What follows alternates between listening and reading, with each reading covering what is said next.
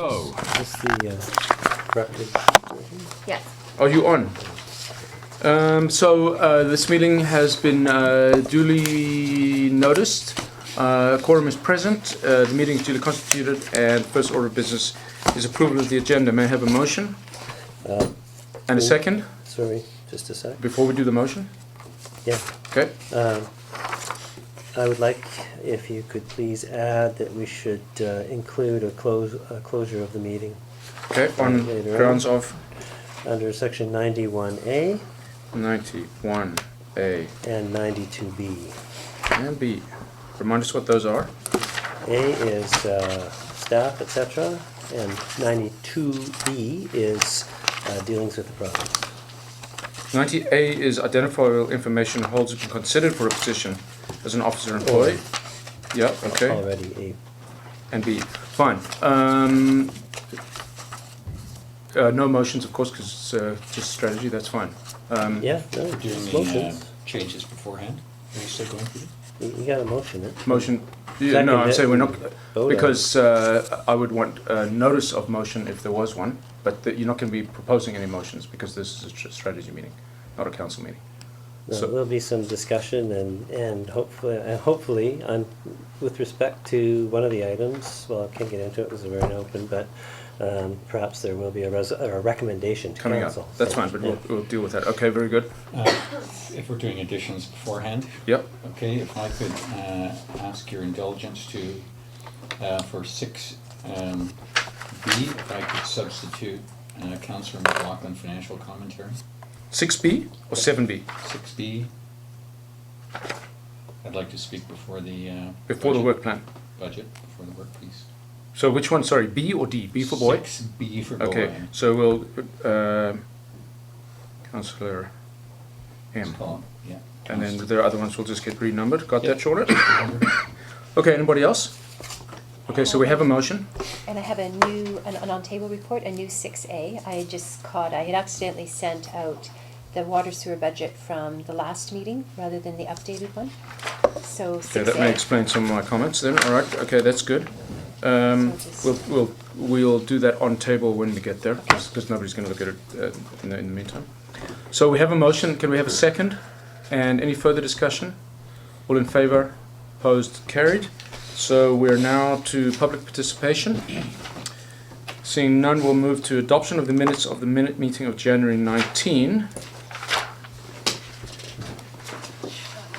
So there were some errors that were noted duly by the mayor, and so those have been corrected. Okay, and this was pass all- them around. I think we'll just take it as read. So it was in some cases motions were not written down as carried. Right. So we see a move in a second. So for example, under 7B. So there's no carried. It just says it was moved in second. So those have all been corrected. There were several. Yeah. Okay, that's all I had on that one. Anybody else? Anybody? Motion to approve. And a second. All in favour? Opposed? Carried. That was the only one. Business arising action items, page 7. I would propose that we drop item 1 and start it again when we're ready, because it's not happening.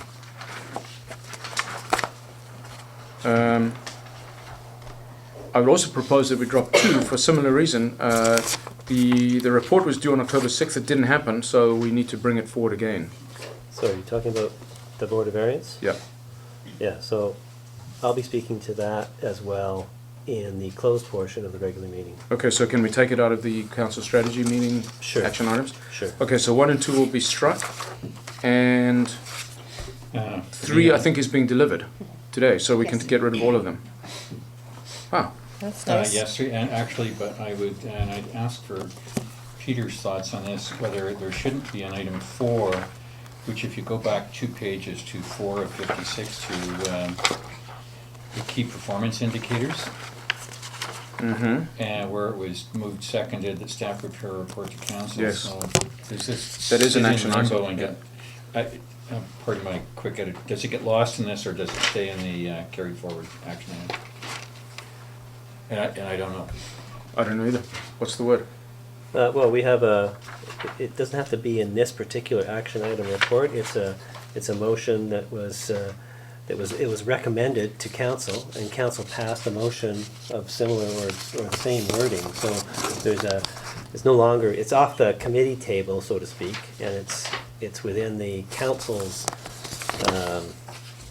list of items that have been resolved.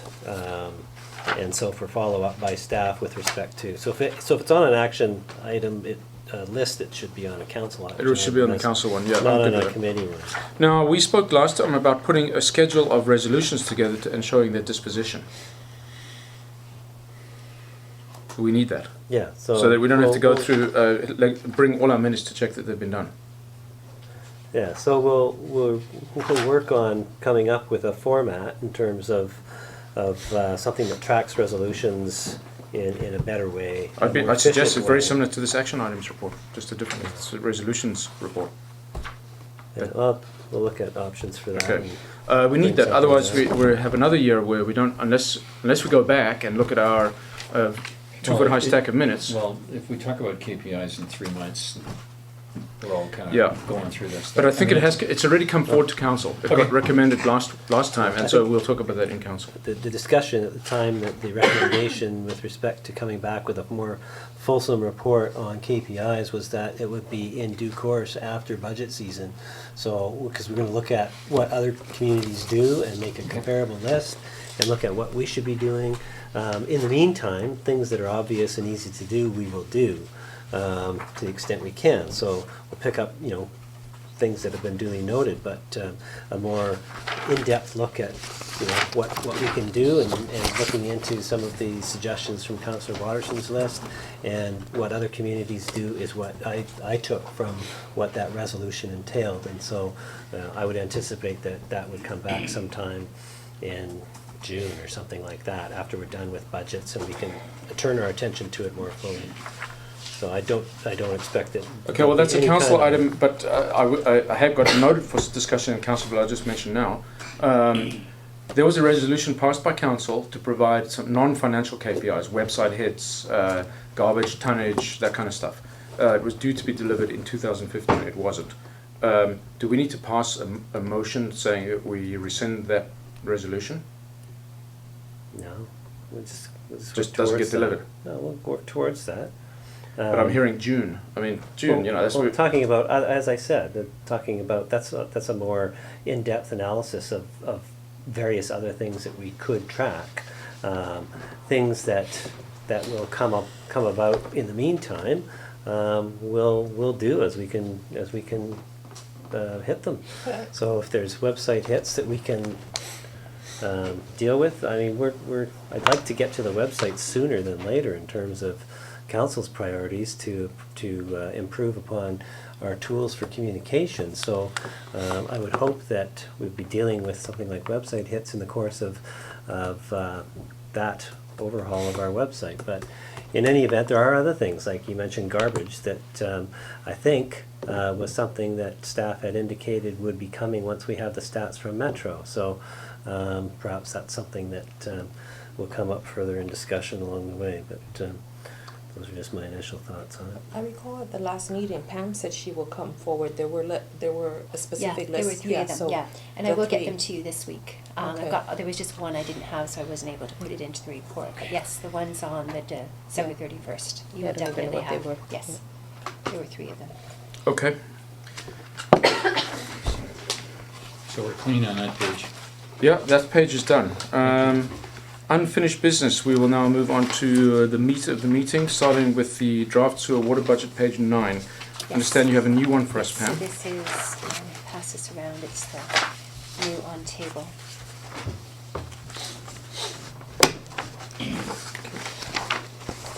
So this is very similar to the last water sewer solid waste you saw. The main changes where we actually, in the interim, got the actual insurance costs.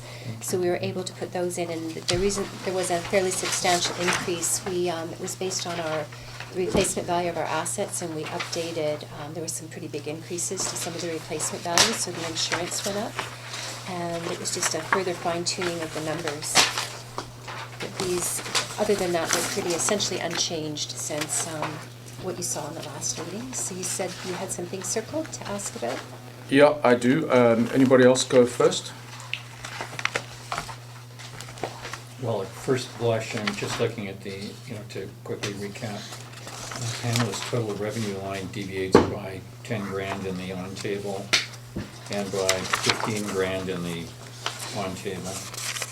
And I guess there's some massaging throughout, but Yeah, it's the pretty expenses. much the same number.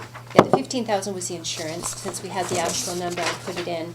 And the 10,000 was just when we actually do the rates and assign them to the classes, there was an average of a 12% increase. But it was just a bit tweaking to get the rates, and that's why there was the slight increase. Okay. And there was an adjustment to the prompt payment discounts. Okay. These numbers are small for me. Carla, did you know? Okay, so the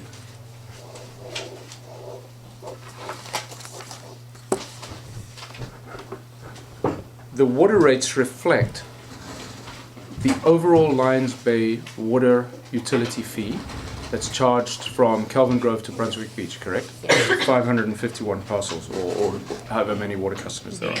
The parcel tax that we see for Brunswick Beach is the parcel tax for the 29 Yes. parcels that elected not to pay in a lump sum That's right. that has never been billed before. No, it's always been billed. It's billed every year, and it's a fixed amount. It doesn't go up. It's over a set period of time. Okay, and so the uh, $400 that I have in my mind is a utility fee that certain residents in Brunswick Beach had not paid before. Yes, that was the parcel tax that everyone paid except Brunswick Beach. So now that revenue is being gathered by the water utility rates. In the fee, yes, okay, good, got you. How is it that connection fees go down so significantly? Because we based it on actual. The budget was Fair way too enough. high last year. So Okay. we just reflects on what we're actually getting. Okay, and then the professional fees and contract services number for 2016 is 123,539, 124,464 in the later model. What's in that? The reduction is because of the removal of the imp. I can get back to you on those. I don't have the detail here. It's a variety of things, but I can. Well, it's a significant number. I can send you the breakdown of that. Well, I mean, yeah, I presume it's an allocation of stuff that council has either approved or will be opining on under a different discussion. It's things that are in the budget every year. I mean, we call it professional fees, but it's work that we have in the budget every year. The only exception last year was we had the imp in there, and now it's been removed. Well, the infrastructure master plan would have been the 135 less what we stuck in the water, which was 35-ish. 35%, So it would have yeah. been 100 grand of the 160-ish. Yeah. And I could believe that Nikki's probably got discretion for 30 of odds and ends and engineering and stuff. And about half the IMP has not been paid. So I presume we'll recover it from the previous year's budget and reallocate it in the current year's budget, 2016. Even so, the 124 number, No, we've already taxed for it, Carl. Yeah, we've already taxed for it. It wouldn't be in here. That's what's being shown as the rebudget. We will rebudget. okay, so the 124 That's fresh is outflow. all new. Yeah. Yes, you're correct. The 18.5 has been rebudgeted in there. Which 18.5, sorry?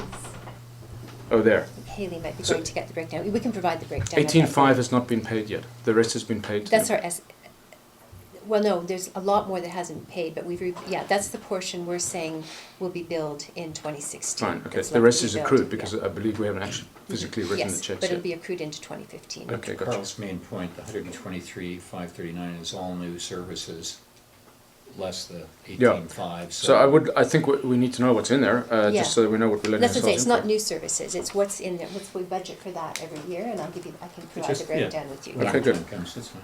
And one final question, the amortization is the same year to year? Is No, it's not, but because it's an in and an out, and this is the problem with year end, I haven't even started TCA yet. Fair So enough, we yeah. just put it in as a placeholder. That's fine, okay. Yeah. Okay, that's all I had, thank you. And Pamela, since we're on the street here, if you could look at my sheet, which is just right here, down at the 2/3 point on the capital expenditures, it was 191,500, now 97,850. And I know I'd find it if I looked for it, and I think that's a 1 over there. I'm not sure I otherwise. got this number? Yeah, what is that? Yeah, that ties into the supplementary customer water. Okay. So that's where the breakdown is. Okay, thank you. Anybody else? Just a general question. So here you said the parcel tax has been eliminated. So is there then residents no longer paying that? So it's the savings? No, that's no, where. we had discussed this Yeah, I in forgot. two subsequent meetings. That's where previous we're meetings. eliminating the parcel tax because Brunswick Beach didn't Yeah. pay it. So Yeah. that's why if you look at the water user rates, why they've gone up so much. So we're still collecting the same amount of revenue with a 12% increase, but we're collecting it all now as a water Oh, there user it is. rate rather than partly as a So parcel you tax. folded it in. We folded it in. So it's not like you eliminated it. No, No. Okay.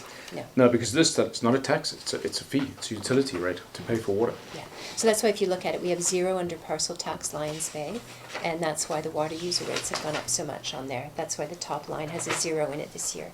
Normally, we would have, So why has it gone up so much? Because I missed that point. yeah, we're no longer collecting the parcel tax, we've eliminated it, but we're still collecting the revenue, but we're collecting it all as water user rates. But And the it's- reason we did that was because Brunswick Beach never paid the parcel tax, so we felt But it was unfair. there's still an increase because there's been an increase in usage. Well, Costs. an increase in Costs, costs. yeah. So overall, people are paying it at different times. They'll have no more water parcel tax on their property tax bill, but their utility bill have gone way up. But the actual increase in the fee overall is only 12%. Okay. And we'll explain that all when we send out the utility bills, and we'll explain it to Brunswick Beach. Okay, these are presented as separate recommendations, so I will take a motion to receive the, oh no, they're all mixed together. We still have to talk about sewer and solid waste. I got ahead of myself. So, Pam, we should be looking at your new sheet, right? Yes. Okay. I believe the only change is just again, the insurance went up a bit. I had only one question on the sewer budget, and that is, we're showing a transfer of 34,895 from reserves.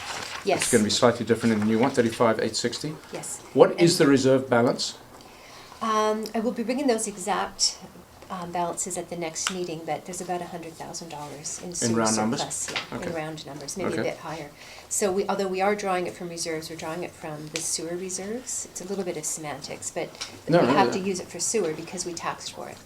I also Under believe sewer. that the people who paid for it to put it into the sewer reserve should gain the benefit Yeah, rather than exactly. keeping it for some future That's right. beneficiary. So I'm all for spending, Mm-hmm. I mean, we need some reserves for unforeseen circumstances, but I'm very happy to spend reserves that people have funded. Okay, fine. Anybody else on sewer? We all understand where we're going, 5% increase. And the other only note I'll make on sewer, to draw your attention to it again, is we used to charge the sewer utility rates on the property tax bill, which never really made sense to me, and also caused a lot of complications when people deferred because they weren't allowed to defer that portion. So all of the utilities now are being built. So that's why the prompt payment discount, there was no amount last year, so by drawing it, there's sort of an advantage and disadvantage. They have to pay it earlier, but we're offering them a prompt payment discount, which they wouldn't have got before when it was on the property tax bill. Fine. I'll ask the question. I sent a list to Peter of some changes that need to happen on the utility bill. Some typos, some... Yes, we will Just take, wrong we will things. take a look at that. We're very limited on what we can do in terms of maize, in terms of the bill. Yeah, the actual layout of the... But yeah. that was actually the property tax bill. That I'm talking about the things that were actually text printed on the back of the utility bill, the one that's Okay. going out at the end of Okay. Feb. You know, it said stuff like 220 wiring. Okay, you we'll know. take a look at that. We have 240 volt wiring in North America, etc., etc. And there were many sort of, fairly innocuous, but irksome things that needed fixing. Some were more substantive than the wiring type thing. Okay, so we'll move on then. Everybody good with that? Moving Just to... to confirm, Pamela, so you're going, administration is going to send something out when the bills go out about changing the parcel tax? Yes. So that'll be included in the package. Carl's already talked about it. in his There's been some post. mention of it already, yeah. Yeah, So, we will definitely okay, that's fine. communicate that. We'll do a Okay. communication strategy for that. And I think the communication that went out last year was spot on. It was just right, just detailed enough, not overwhelming. I think it explained it quite certainly. I understood it. So yeah, I mean the communications piece around the bill is important, but that's Yes. why I'm asking about the bill layout because it's a little confusing on the back. The front, yes, I fully understand the limitations of maize. Well, I don't fully understand them. Okay, so we'll move on to the solid waste budget. Anybody? Gone. I had a big check mark. So now I get to say that we have a recommendation that we must move and second receipt and then do on it. This is your last chance. Can I take a motion and a second for receipt of the report? That would then go forward to council for tonight with the proviso, Pam, that you'll give us a breakdown on that consulting fees Yes. number for water, just so we understand what we're consulting for, because I'll remind you that we're going first, second and third reading tonight Yes. on the bylaw. Correcto? Yes. Okay, good. All in favour of receipt? So you're just receiving it, or you're receiving it and referring it to council? You tell me. The latter? The latter. What I would suggest. The latter, what he said. All in favour? Opposed? Carried. Okay, moving on to the new B, Councillor M. Thank you very much, Mayor, colleagues, gallery members. It's with some chagrin that I would refer the council members to page 14 of your package. And the purpose of my speech, which I will have time myself, it's 2 minutes and I will stop after that. The model that the CFO has provided us with is a general tax increase of 5%. We've just gone through 12, 5, and 2 for the other utilities, for water, sewer, and garbage. After covering prior year, that is the Build Canada commitments and other stuff that the water, sewer, and garbage propose for capital expenditures, I refer you down to the bottom of page 14, right under the line that says draft. It shows 210,000 and some small change. This, in essence, is the free cash flow available for all public works, all administration, all fire, all council-concentric operating and capital expenditure requests. Nothing is being put into reserves, which in my personal view, and as Pamela brings it forward shortly, I'm sure when we have our discussion on it, you'll find it's inadequate. Clearly $210,000 is not enough. Without firm cost cutting in business cases, it's hard to support large general tax increases. My point in asking for airtime is that many projects and operational costs will be worthwhile, and funding costs are likely to exceed $210,000. I recommend that the council members wrap their minds around a significantly higher general tax increase for discussion at a future time. In my mind, I have 35% as a general tax increase. This would generate a further $300,000, which in combination would go significantly forward towards the endorsed capital and operating projects that have been endorsed by staff and council. I think to hide our head in the sand is unrealistic and doesn't provide the village with evidence of our fiduciary capacity. This is not a slag against current or the immediate past. This is an issue for prior councils for some decades where, quite frankly, there was little put aside, and regrettably, on the flip side, as time has evolved, expenses are greater. Thank you, Mayor. Okay, thanks, Ron. It's obviously fairly sobering, something that we will need to mull over, but I would tend to agree with all of your observations in terms of the need to fund more than $210,000. How we end up doing that is a whole other question, but I think that will come out as we go through discussion. This budget shows a 5% increase. And there are other numbers available to us, obviously. So let's just keep that in our back pocket for now. That's all it's intended for. Yeah. Okay, good. So we're going to move on to the discussion of the budget, which is item C. And it starts on page 14, bar the introduction on page 13 from Pam. So, questions, comments? I just wanted to point out the one change I had made, just taking into account when we were talking about the revenue and how is it somewhat misleading to show the revenue allocate, like, because we weren't allocating it, but showing it with the different departments, it looked like we were allocating revenue, which we don't really. I put all the revenue on one page now. I did actually have the And, question. I noticed the revenue numbers had yeah. all disappeared. The reason I like to see them is to see if a given department, the department it is close to break even. Right, which I think last time it didn't, and the feedback I was getting was it was misleading. So Yeah. this is sort of a more common practice to just show this is the revenue, and then following is how we fund it with the expenses. I think I'm okay with Because, that. otherwise, it all gets lumped into general admin with the taxation, and I think it's misleading, whereas I think this gives us more detail on what the revenue is, and, Well, so let's that see was how the that one comes change. out. Yeah, so that's a change since last time. Yeah, I noticed that. It's a bit obvious. Okay, so I'll kick the ball off then. The first is Pam, explain this revenue number to me on page 14. We're going for a 12% increase in water tax, or water, sorry, I don't mean water tax, I mean water utility fee. And this represents a 5% property tax increase, yet the revenue goes from 3.4 million to 3.1 million. Where's So- the missing money? Well, 400,000 of that, under the other revenue, is the disaster financial assistance that we had Okay. in the budget last year. So that makes that number And, 3.016. And then with the other grants, there's the decline in the small community grant, because we got the advance last year, which we chose to recognize. We got the advance on the 2016. And the fees, license, and permits, that was more just an adjustment to actual. I had adjusted the building permits and a few other numbers to better reflect what we were actually getting. Yeah. And there was actually quite a decline in the recreation programs, but that will be offset in an equal decrease in the expenses.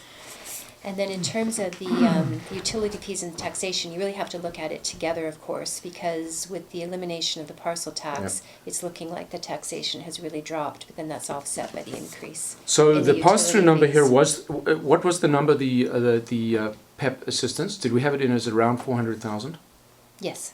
Okay, With so an this number offsetting really expense. is 3016904. And so we've actually increased revenue, By 100 grand. well, in round numbers 100 grand, but actually more like 80 grand. Yeah. Yeah. Okay, so I'll just point out to council that, the small communities grant, we elected to book it in cash rather than to reserve some of it. So that's a $25,000 hit right there, because, they paid us more last year than, they paid us some of this year last year. Don't know why.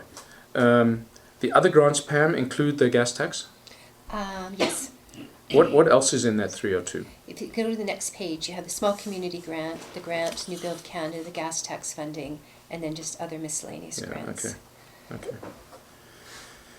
Okay, so I mean, if we take 400,000 even out of the 2015 budget expenditure number, that makes it 2965, and we're planning on spending 2916, about 50,000 less this year. And that would mean that because of the infrastructure master plan has been removed. Yes, we elected to spend 150, 100 in Yeah. round numbers, 140,000. Offset by the general increases and other things, mainly wages, and Yeah. most of the other expenses went up by at least inflation.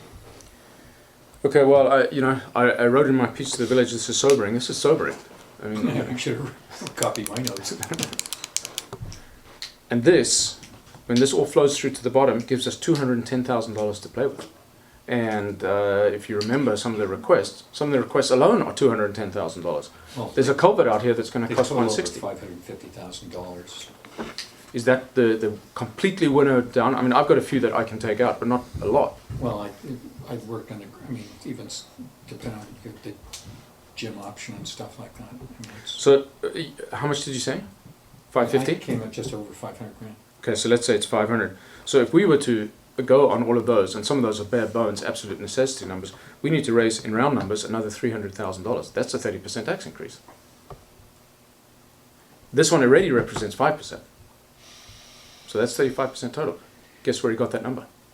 Well, just to recap and not to, beat this one to the ground, it's an eye-opener for council, but it's, the issue here is that staff will have to work diligently to prove out the business case or the cost model. And, council will get their choices on the thing, but. Yeah, The so combination of the three. let's talk about the nicer part, which is the revenue part, and then we'll go to the cost model. You can which is hold all your there. nose- You can hold your nose on the revenue part for right now. Well, I've got a few that I mean, there's some that I did want to ask about, Pam, on page 15. So the consolidated budget sits here. It's the top line revenue numbers, it's the top line expenditure numbers. You see the result. After all the cash machinations, we come up with 210,000 after a 5% tax increase. That includes the utility bill raises of 12, 5, and 2. Correct, Pam? Yeah. And nothing to reserves. And nothing to reserves. Not only nothing to reserves, spending the gas tax that we had previously thought we would perhaps earmark into a savings account.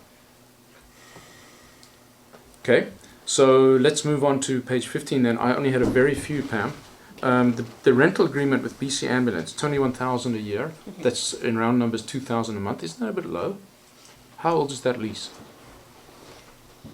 I'm not sure how old it is, but I knew Haley had an answer. It's about 3.5 years old, it'll change after 5 years, Yeah, it 5 basically years. increases every 5 years, and we've got a 20 or 25-year lease. So it won't go up, we can't change it right now. The rate has been set in a long-term lease. It is Yes. in 5-year chunks, yes. That's very low. 2,000 a month for an ambulance station, plus 3 parking spaces, plus I guess they pay utilities. I know they fixed their own air conditioner. It was negotiated with the BC Ambulance in Yeah. 2010, I guess. 2010. Well, they took us to the cleaners. So I mean, I think that number's low, but okay, if I'm hearing there's a lease, fine. There's not much we can do about it. Long-term lease. Secondary suite surcharge fees. Helen, you had a question about that one. 12,000 is, we collected 12,000 last year, and there's no real expectation of additional enforcement. I mean, if we were to do additional enforcement, which we have the right to do, could we not double that? I only need to remind us all that $10,000 is a 1% tax increase.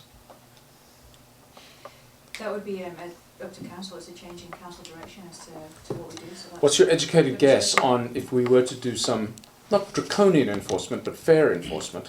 What do you think we could turn that 12,000 number to? It depends if they're occupied or not, and that's the... Yeah. And by It's hard non-family to members. predict. Non-family members. Yeah. But currently, this 12,000 represents how many secondary suites? It's about 30 paying revenue, roughly, 30. give or take. Yeah. You said it was 12. 12 have done the inspection. Yeah. That's There's, what we've been well, it said. strikes me That that for people the number that's self-reporting involved instead of here, paying. this We might just be haven't something we said strike anything. for the next year for a small committee that, because there are a certain group of residents who are very focused on this. And so by looping them in, plus the building inspector and perhaps peripherally the CAO, for what can and can't be done, it'll lead to next year's discussion on the fees and bylaws changes. Yeah, and even if we were to double collections, we're still only talking $12,000. Okay. The only other one I had circled was the $41,000 variance on other grants. What were the other grants, Pam? Sort of just near the bottom. Fourth line item in the grants section.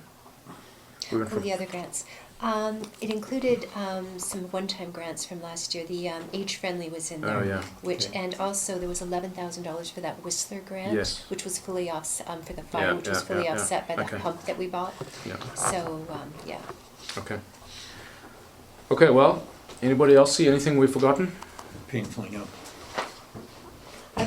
I don't see anything, except I have a couple of questions. With regards to recreation programs, so we've gone down from 13,000 to 4,500, and may I ask why?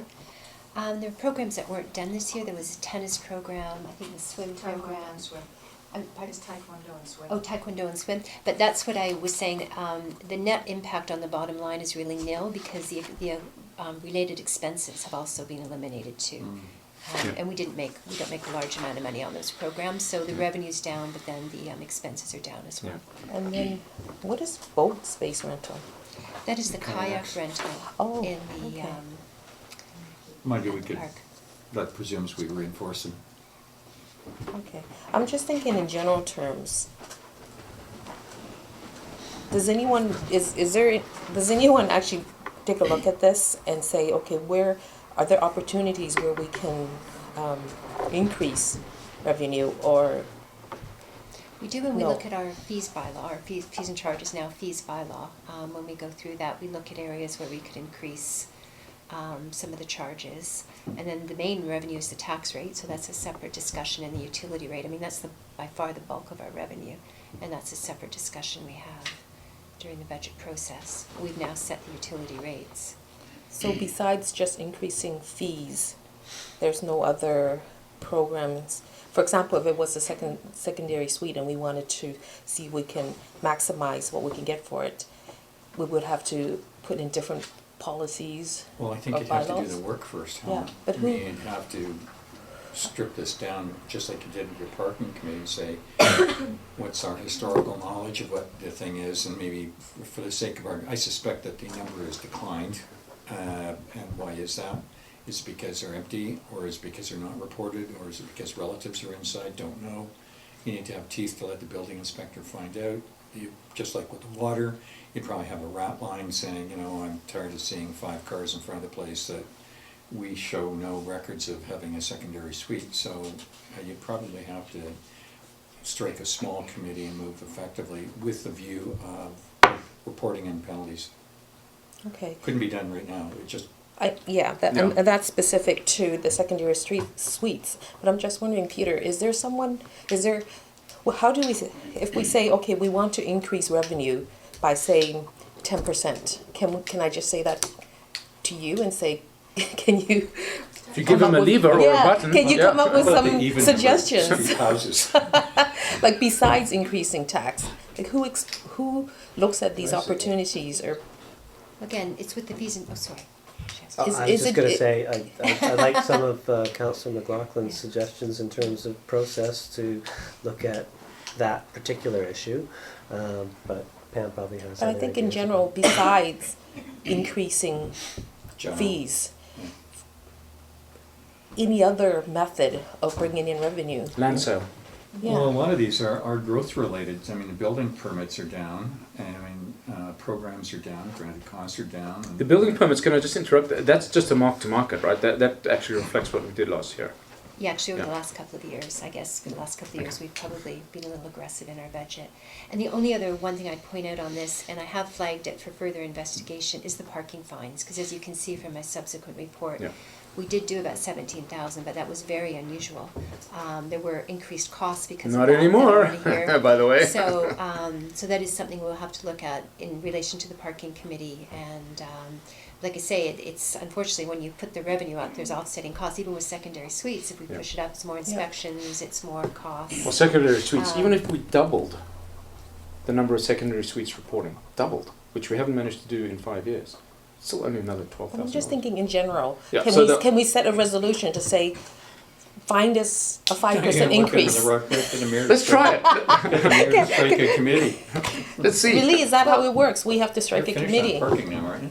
No. But No, there's no, two the avenues report's to coming. that. There's the fees and charges, if we had a mandate from council that we want to look at the possibility of increasing the fees. Usually the process with that, though, is Yeah, benchmarking that- against I other would- yeah. municipalities, as opposed to a new, completely different source of fee. Yeah. And that's a little, I mean, you're limited as a municipality, it's something that could be looked at, but there's Toll not a roads. lot of.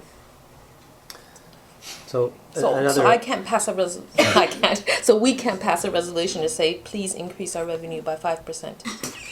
Well, I wish it was that easy. Let's try it. See what happens. A policy where we want to increase revenue by 5% without taxing. No? We'd probably You have have to to tell them find- how to do it as well. No, why Stay do on we, the job that's a what I'm month now. asking, that's what I'm asking. Do we tell Peter how to do it, or should not the CAO tell us what needs to be done? Well, I mean, we're very limited in the ways. There's 3 ways to raise revenue in a municipality: taxation, land sale, and fees. That's it.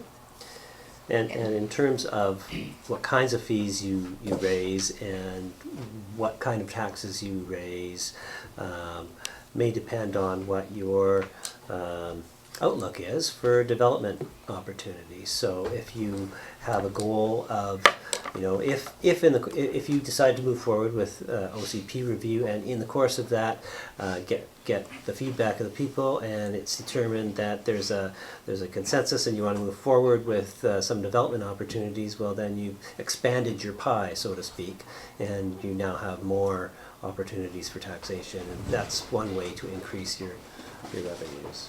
So there are, Outside of what we've been so there are talking different about. ways. So I'm Yeah. just wondering So- who's going to drive that? ultimately, council. We do. But you know, it's obviously a very complicated discussion, and you need to talk about what those options are. What do they look like? How will the community feel about pursuing some of those options? Do you want to go down road A, B, or C, or all of them?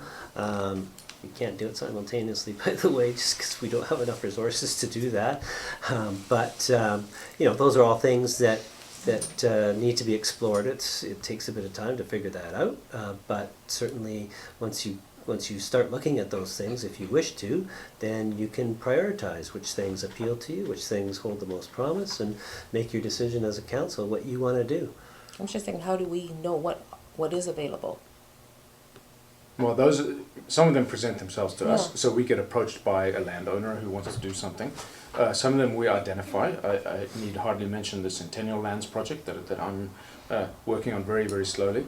So it's council driven and not staff driven? Yeah, I mean, this is the ultimate policy strategic thing that council that's what we've been hired to do. Haley, you had an observation? I did. I was just going to say that in terms of raising fees and things like that, we're very limited because as a government we're not allowed to just increase things arbitrarily. We can only match what the cost is, so we're not allowed to make profit on anything. We've got to determine what the cost to provide the service is, and then that's the only charge we can do. So And we I think can't just raise nobody fees. would dispute that I'm already hearing the fees are too high. We get a lot of pushback on whole rental costs. You know, I wouldn't suggest that the fees schedule is ripe ground for raising Okay. revenue. All right, and actually, going back to page 14, so with taxation, the fact that our property assessment has gone up by a significant amount, it doesn't show up here? No. Oh, okay. All that matters is my budget, or sorry, our budget determines, as to Your say, the budget. best analogy. Yeah, thanks. The size We don't of like the it and pie, it's yours. And your property assessment just determines your share of the pie. So basically, you have an average increase in Village of Lions Bay. If your property increased more than that, your slice of the pie will be bigger, and if yours increased less than that, your share would be smaller. But essentially, all your property value does determine your share of what the budget is. We determine we need so much money from taxation, Oh, and And then the number, it just determines your share. But I've But written you a very I simple. know, I still don't understand that. Here's the number that we want to raise: I offer 1325. to take this one offline. Okay, Yeah. all right, I Yeah. still don't get The it. assessments are irrelevant Okay, to the revenue opportunity that we have here. okay. Somebody has to actually pay the tax. But It's when they pay, conversely. when they pay the tax, isn't it relevant? The number then is bigger, no? No. No. Not unless we say so. No, we determine how much tax they pay. We figure out how much we need, and we tax accordingly. Okay. And the value of your home determines how much of that tax you pay. So the higher value of your house, then the higher share of tax you pay. All right. Okay. Show me. I'll do this for. Okay. Let's move ahead to the detail. 16 page number. This is all rolled up into what we saw, right? So if we don't see anything particularly egregious in the wrap-up, there's not much to be said about No. the No, this detail. this has changed very little, if any, actually, since the last time you saw it. The Yeah. focus more, I think, at this time is on the supplementals, and Yeah. I did have one thing on the council, and that was the. so I actually provided, a more detail on the council for you. I broke it down into the individual amounts. I saw that. Yeah. Thank you, because that was near. What is the 5,500 conferences and conventions? We don't spend that, do we? Do we? You didn't last year. You didn't spend all of it. I But we put I think we should have it there. We may be sending it somewhere. UBCM, different things. Well, I mean, for example, UBCM is in Victoria. No, in Prince George this year. I ain't going. It's We too may be expensive. sending you to Ottawa, hat in hand. Well, there is, but there's a travel budget too. Don't forget. Yeah, and I mean, you know, frankly, I can actually see a need for, you know, an AV communication type piece, where that fits or not, but it could potentially go into council. So I wouldn't want to play with that too much. So over the page to page 18. Now, council resolved to have a fire fund, and I'll just remind us all what the strategic thinking was there, was so that the fire department gained comfort that revenue that they derived through donation would not be subsumed in the giant pit that is the general fund, and be spent elsewhere. That was the driver behind the resolution the council passed to produce a new fire fund. Yeah, my understanding of that resolution was the funds would be held separately, and we would write, a policy on what it could be used for. But it's still village funds, so it still has to be shown in the budget. And what the difference is this year, they've budgeted the full amount of the donations, but they've also budgeted the expense. No, I understand that. But I mean, so, it's the same. Why don't we do that for water then and sewer? Why do we have water and sewer funds? Well, they are essentially separate funds. All the costs that specifically relate to water, we charge to water, the revenue goes separately. So that was we the track idea it for fire. separately. I mean, there's no doubt in my mind what it was the council wanted. We wanted a fire fund, so that it can be demonstrated to have a completely separate cost center, just like water and just like sewer. So Well, if we do actually- that though, we've never properly allocated expenses to fire. To me, fire is no different than public works. It's a separate department. I And know. that actually I wasn't, know. maybe we need to revisit that, because that wasn't my understanding of the resolution. This It was is the a political- separation of the funds. Yes, it's a political necessity Is it? to give No? to give the kind of people who run fire departments comfort that their money will not be taken. I That- think they're only concerned about the donations, and we've taken care of that with the donations. We're going to have a policy around it. We're going to report on it separately. The issue with them was always just that separate bank account they had, which we've now Oh yeah, taken under control in That's terms administrative. I of. don't care about Because that. I think even the tax levy can be misleading, because we're implying that's what it costs to run the fire department, and it doesn't take into account capital. We've never allocated them the costs of the Clap building, the insurance for the Clap building. And to me, Should I we think not it's, be? no, I think it's better to think of it, I think that's partly where the confusion comes, where they think we're taking their money, because we set this somewhat arbitrary number as a levy, and if they have a profit or loss from that, they think it's their money, and it's not. It would be like Nikki saying, if she went over or under budget, that, that's Public Gets to Works money, but it's the keep that general for funds pipes, money. yeah. And also when they have a deficit, we don't charge them for the deficit. So I think But do we part of, water? Water just carries its deficit. we track it though, and we are showing Sure. in this, when we see the reserve analysis, we'll show how much.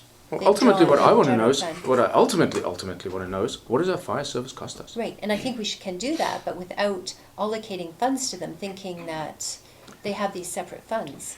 So to this, if I can boil this backwards. So in your page 14, and I'm going to pull a number out of the air. Let's say that the fire department does page, sorry, not 14. Well, yes, page 14. It's in there. 14, 265, 177. So, the fire department, let's say they generate $25,000 in miscellaneous donations. It's not in here, is it? It is, yes. It goes into general This revenue. is the first year it's ever been in here. They've never budgeted it So, before, yeah, and they've other- never been it's- accountable for it. Where is it in the revenues? It is And you on the can other just- page, yep. It's in, Oh, okay, so it's in the yeah. on the right-hand side it's donations to Lions Bay Fire Department. there. Okay, so it's there and then 20,000. it gets rolled up into that, And fine, then the so it's in. expenses, some of these expenses are earmarked for that money, so this was the first time the Okay. fire has a complete budget, where they're budgeting everything that they want to spend. So then, to Carl's point, then they would, allowing that they have a theoretical thumb on $25,000. And we keep It's all that part of their as- budget. Yeah, the fact that the fire department happened to raise that by holding a fundraiser, it's still Lions Bay's money. I agree, yes, But you can academically, see- yes, but the incentive to do so would be Precisely. zero if there Okay, wasn't we don't. an I incentive. don't need to belabor the point. Okay. But they the have it in council. a separate bank account Gotcha. now, and we're Okay, tracking it, so I good, think thank we've you. satisfied them. Yeah, but a separate bank account. I mean, that's just adding one layer of complication we don't need. I don't care what bank account it sits in. Ultimately, I want to know what the fire department costs, and I want them to gain comfort that, from a purely political standpoint, that we are tracking the fire department as though it was a separate entity. I also point out that ultimately we're going to be looking to a society to do the fundraising for the fire department, separate from the municipal administration. And so we're going to need to be able to demonstrate to the government when they're doing their communities grant from the gaming funds. That's a very extensive conversation we need to have Exactly, as so- to the risks and liabilities of doing that. And It's we already not- have the not BDO a good report idea. as well. Yeah, but so- well, I mean, so we all read that. We had this discussion. Council resolved about 2 months ago to run a separate fire fund, having had all this discussion and understanding the political motive for it. So I'm prepared to take it offline, but the driver is still there as far as I can see. So you know, I'd like to know why. I mean, if you can tell me why there's a dozen good reasons not to do it, I'm happy not to. Fred, sorry. Well, we're catching up from 10 years ago is essentially what we're trying to do, because that's essentially what came out of the Pamplin report in '05 or '06. And the thinking was, because there was so much confusion about the finances around the department, his suggestion was have a line item on the tax that represented the amount of tax people were charged to run the fire department, all in, like all the expenses in. And now we're finally getting around to looking at it, even though it's been requested for 10 years. So it is, the intention is, when any resident looks at the fire line there, that is what fire costs this village to run. Precisely. And I it think doesn't at this time. it, That's what I'm I saying. think we also appreciate that. I know. You look like you were trying to say something. I was just going to add to what Pam said, there's a lot of cost for the fire department that are not included at all in that. Like allocation of the clap building. Allocation of the clap building, which would be massive, and any depreciation, there's no depreciation put to fire, it's all put to general, and they have a lot of very expensive equipment. Well, here's what I want to know what fire costs us, because we've had an artificially low number forever. We face a decision in the next 6 months what sort of fire service level we want to provide. I know Peter has got in their fire services report, although Fred and Andrew tell us that there are existing reports that can be built on, so maybe you don't need the full whack. I've read the 2005 report. Any good? There's a lot of good things in it. Yeah, I don't necessarily agree with everything that's in it, but It's also 11 years old. yeah, that's another point. So yeah, and I'm not up to speed as to what changes have taken place since then. So Yeah. Okay, so we've got a lot of work to do on fire. You know, it's one of our biggest cost centers, if not our biggest after water. And we're going to have some hard decisions to make as to what level of fire service protection we're going to offer, given the $210,000 that we have to play with. Okay, so let's leave that discussion as to fund, you know, its own fund, blah, blah, blah. Understand, I'm not looking to make more work. In fact, I'd love to have less, but there's a political component to this that's... Oh, no, absolutely. And I don't mean with the fire department, I mean with the village.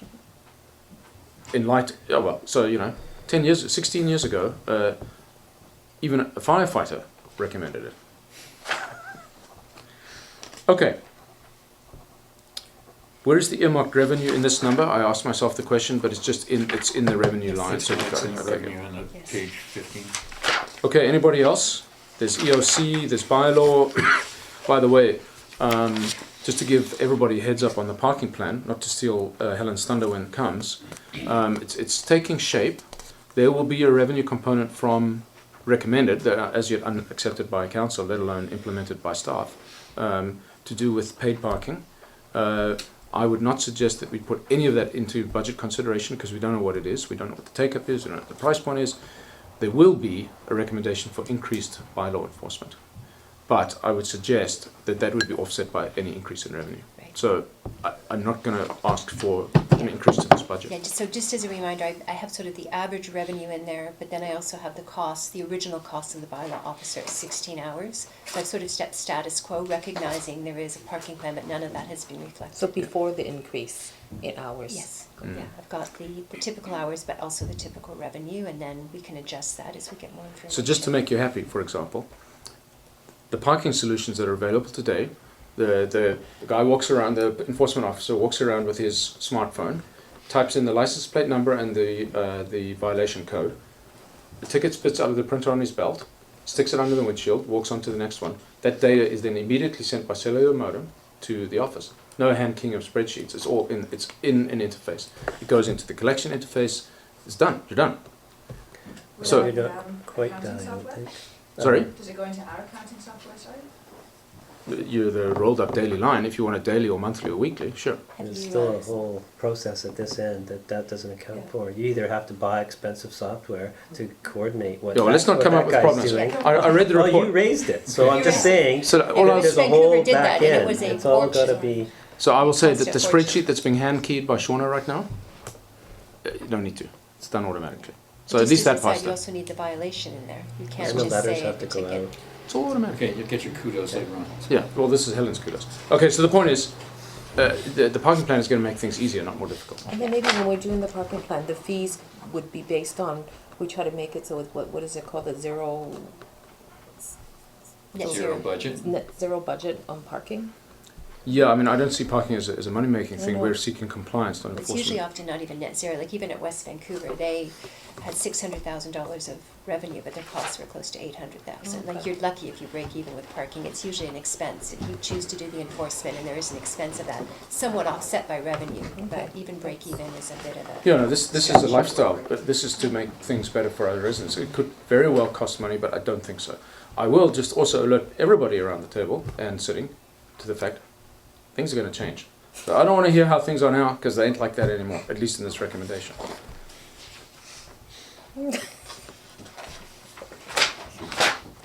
Anybody else?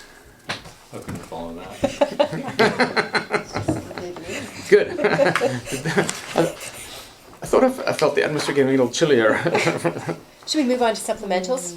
Let's go. Are we there yet, or do we have to receive this budget Yes, sorry. first?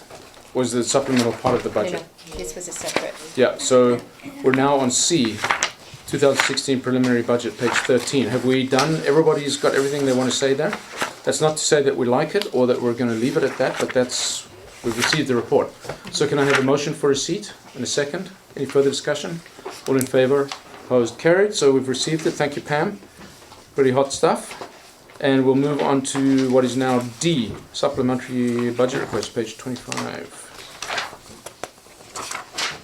Let's see.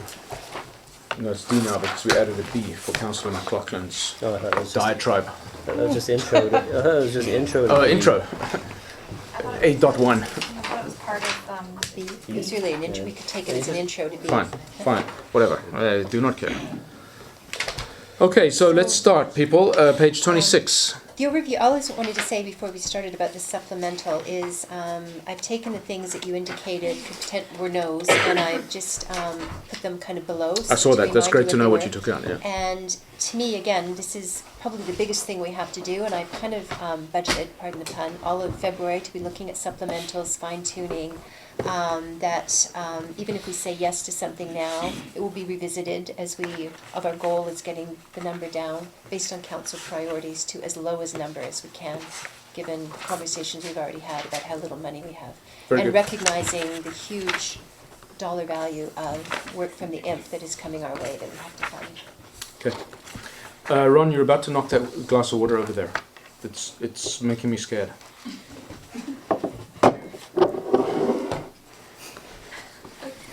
Don't write that down.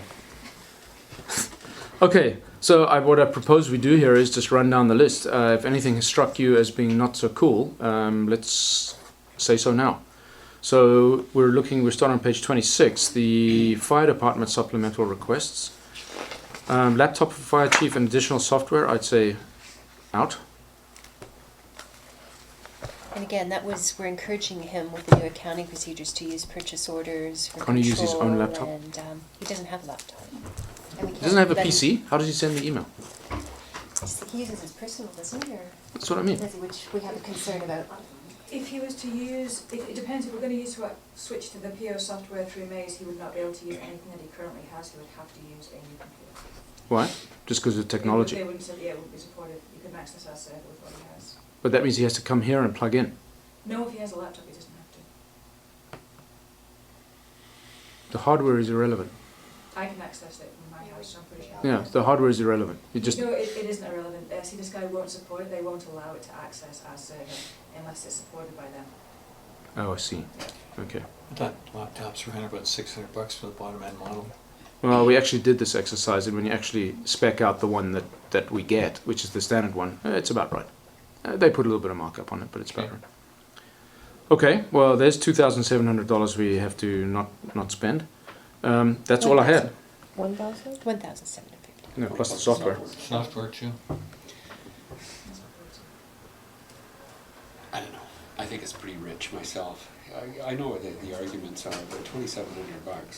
I've got an i7 and everything that's got all the bells and whistles on it and everything. I don't get the warranty on it, but I figure the blooming things are disposable now. Who really cares?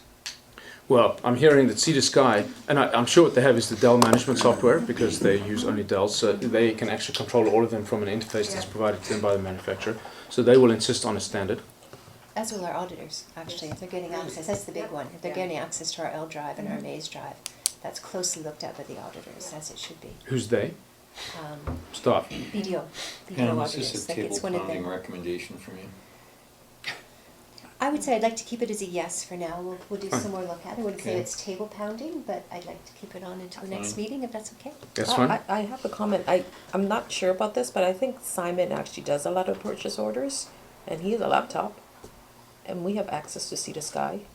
We do, right? We- No, we No, don't? we do not. No. No. Oh, They have access to us. oh, They're okay. the- they're No. the techies, that's all. Oh, yeah, because we use them for our council that's- email thing. Isn't Yeah, that it's the not- same thing? It's not a It's just a- network support Oh, It's thing. not the okay. same thing. There's a VPN. Yeah, Because it's, I- a, but- it's a secure tunnel through the Secure internet. site, yeah. If Simon did all the purchase order, He does it's, not do them. Oh. Simon does not do the purchase oh, order. okay, because he's doing a lot of things. I don't know what he's doing. It's No, a small no thing, purchase but I orders. mean, No one's doing purchase orders, which is, that's Oh, why that's I'm the reluctant to problem. let it go. Oh, I okay. want those purchase orders done. it seems a bit much to, as you say, spend $3,000 so somebody can do a purchase order. I mean, it would seem to me a procedural change. Come in and use this one. All this is used for taking minutes. Fred, can you whip through this? Oh, but wait, before he whizzed through it. So on one column, you have the 2015 budget for the top items, but I was just wondering for the,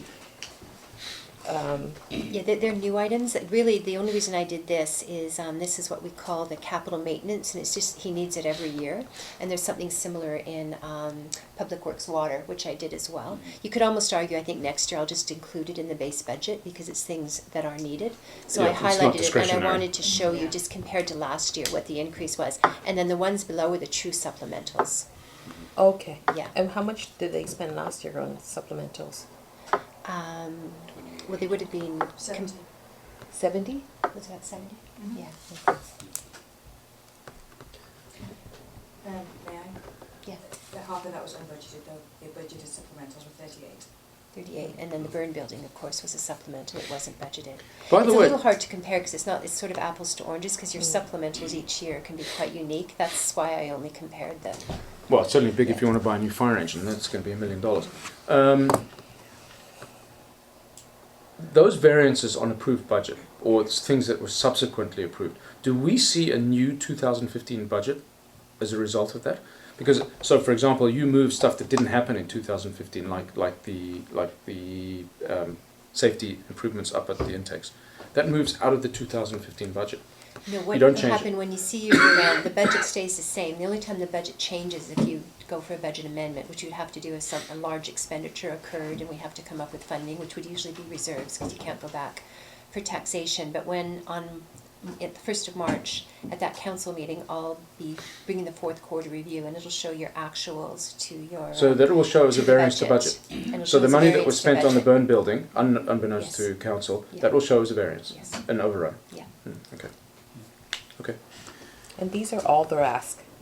yes. Okay. So just on the topic of incorporating the top section as part of the base budget, looks like we had quite a variance on turnout gear, and I would think that would fluctuate up and down as people come and go and as gear gets worn out. Some years you're not gonna have that much, so wouldn't wanna see an incorporation of a No, really high number. yeah, what I meant was, capital maintenance, he would still request what he wanted and I would show it in the budget. And it does vary from year to year, as you can Right. see. Some years he asks for something, but what I'm saying is that's really part of the core base budget. He needs it to be operational, just like there's things in water.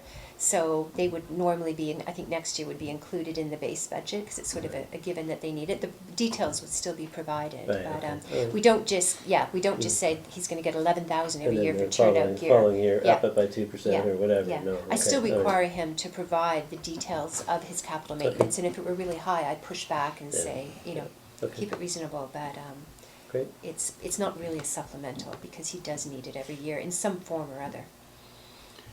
Okay. So unless anybody else has anything to, I'll just point out that we have the increase in shift payments, $24,000 there. And I've requested I think that needs a business case, and I haven't requested a business case from the fire chief, which I'll have for the next But I meeting. think everybody here knows what it's about. I think I detect that we're probably okay with that.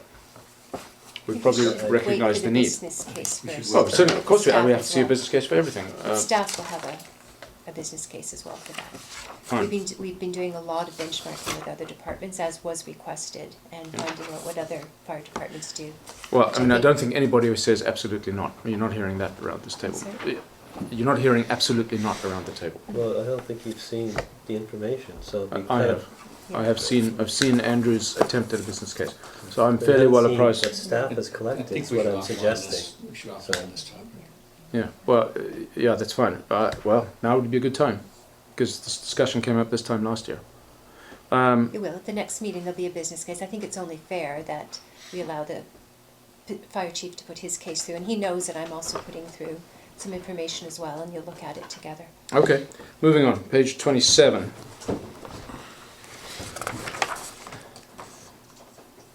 Anybody? Anybody? Okay, I'll go then. Why was this light ballast thing not in the CCR project? My understanding it was, and it was removed, much to the By whom? concern of staff, by the former interim CAO. Or Project manager, yeah. It was, Okay, fair enough. So that will then show as a budget variance on the CCR? Or is it No, because it now? wasn't part of the original CCR budget, it was removed, so this would Oh, I just see, be a okay. separate request. Okay. And, yeah.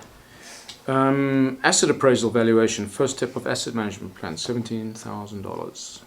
So that was, and again, anything, the idea was, what I should have said at the beginning, is we fine tune these and we get to a smaller list and we can start providing business cases. The Public Works Manager has already provided her business cases just because of the significance of it and being the imp, but the idea is that we will supply business cases for this as well. And that is... When do we see those? Why are we not seeing those now? I mean, we're trying to make decisions on these numbers now? Or Well, I was hoping to have a little more fine-tuning, and you could identify which Okay, ones so you we wanted get- the business case on, because they're very time-consuming, as the Public Works Manager can attest to, who did an excellent Yeah. job of getting all of hers done, this week because of the... Yeah, so I mean, colleagues, I would suggest that now, this year is not the year to be starting an asset management plan, given our realities. This is not a critical path item, right? Just another When I delay. say this was the first step, it was really more, we have a concern that when tangible capital assets came on board, a lot of municipalities found this, it was done so quickly. Ours is not accurate at all. It has insurance implications. This year we had to do our best job at just estimating the value of our assets to properly insure them. So the reason I said that was the asset appraisal, it wouldn't just be for the TCA, which in itself is a very strong reason. It would also form the first step of an asset management plan, recognizing we do need to do that down the road as well. Would it be risk-based or age-based? Kind of both, like going around identifying the assets, putting a value on them. Yeah, but well, there's a big difference between risk-based asset management and time-based. Now, BDO did the work And back in the day when they did the initial valuations. Would they be doing the work again? No, this Doesn't was... this feed into the infrastructure master plan with a bunch of the work done? I mean, Does it? I'm gonna No, guess. I don't think it was their mandate to identify our No, but- assets. They would. They will put I would argue that they would have something in there that indicates what the estimated replacement cost is of the assets broken down by water and sanitary. But, so that will, Starting yes, point. it will provide some of that. And then, of course, because it's, insofar as the infrastructure master plan, that is going to be a risk-based one. So there are two separate issues here with asset management. One is PSAB rules, and the other one is risk. The real problem. But Yeah. they're two very different. Yeah, I know.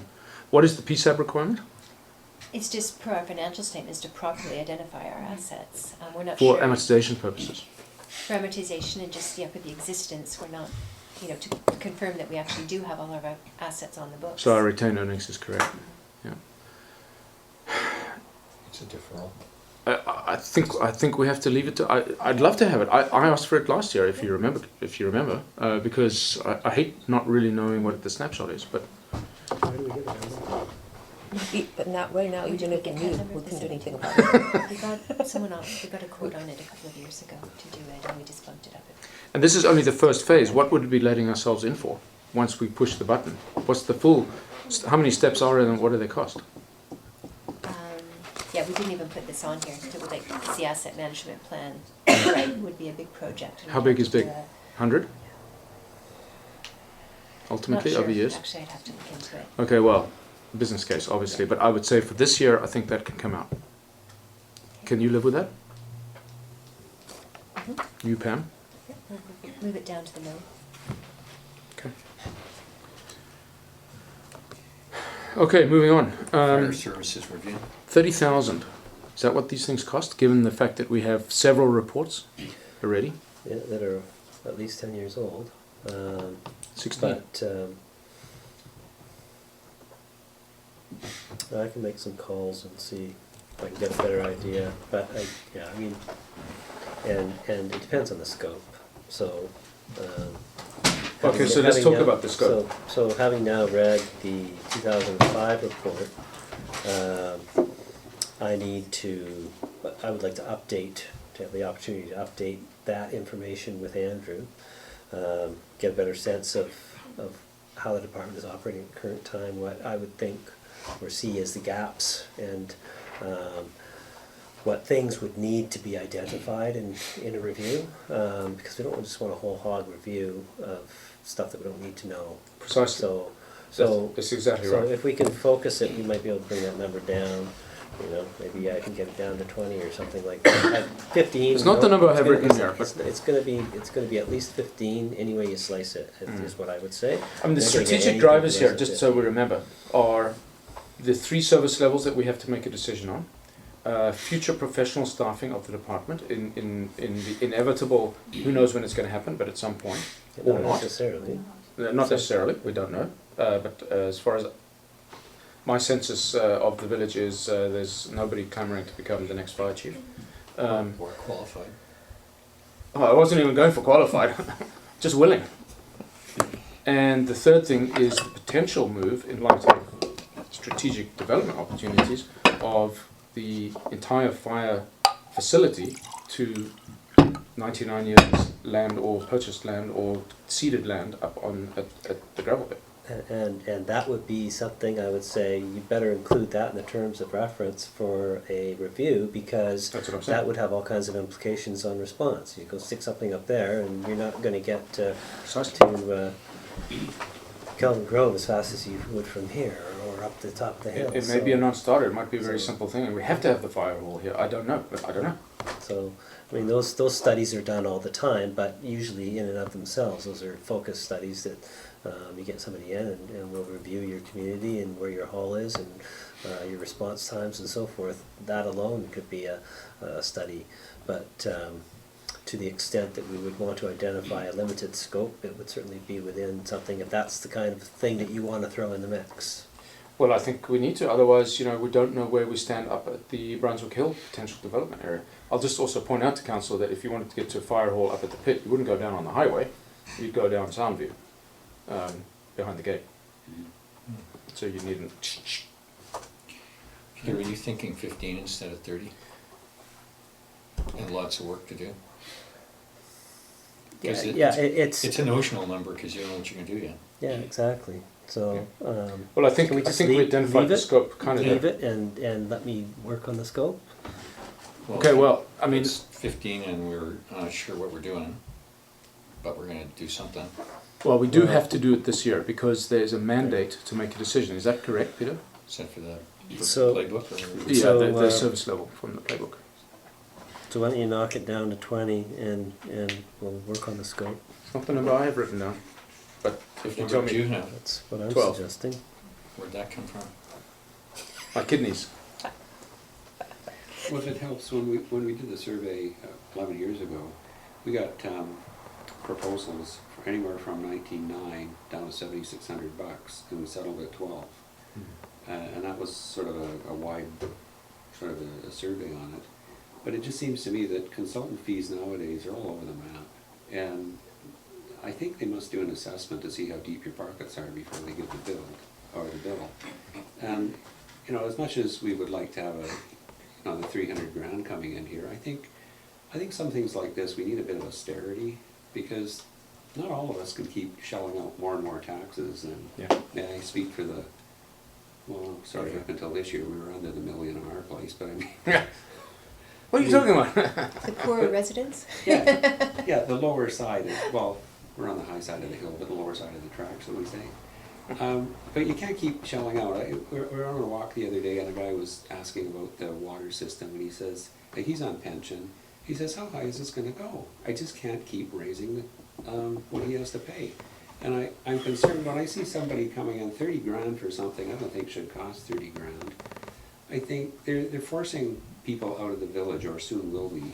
And I think it's a shame. We've got a lot of people who've been here a long time, and we have to make this an economical place to live rather than just tax them to death until they go. Couldn't agree I more. guess the corollary to that would be that if what comes out of the study is identification of a governance and operational model for the fire department that will ultimately save you $100,000 that you're talking about spending on hiring professionals, if there's a different way to do it, then ultimately you've gotten bang for your buck. So it really depends on what's the focus, what's the scope, who's doing it, what kind of ideas come out of it, and are they feasible, and are they implemented? So, the last one that I did was I got estimates in the RFP from 35,000 to over 75,000 from 4 different people. So, and ultimately we went with the $35,000 one, and it was very comprehensive. But yeah, it really depends on what you're doing and who bids on it. And you're probably right. Sure, they're going to look at who's putting it out there and do they have the ability to pay for X versus Y. So I'd like the opportunity to work further at it and see if I can limit the scope to what makes sense after talking to Andrew, and come back with something, and maybe make a couple calls. Just say, hey, without putting you on the spot, am I out of the ballpark here, and suggesting this figure, and see what comes back. Can we move this to 20 and move on? And have it, Well, I'm happy to write down a number 20. I'd like to tighten up on all numbers over 10,000, obviously, but if we can put that down as 20. I mean, everybody's got a good point here. Yeah. Okay, so we'll move on to the next big one, which is the $45,000 4-day-a-week office assistant. Is this something we talk about in open? In general terms, I think we can. Yeah. Okay, fine. But And, no identifiable person. And like I say, it's a position actually we did have, and it wasn't replaced. And this is something obviously I would do a business case for the next meeting.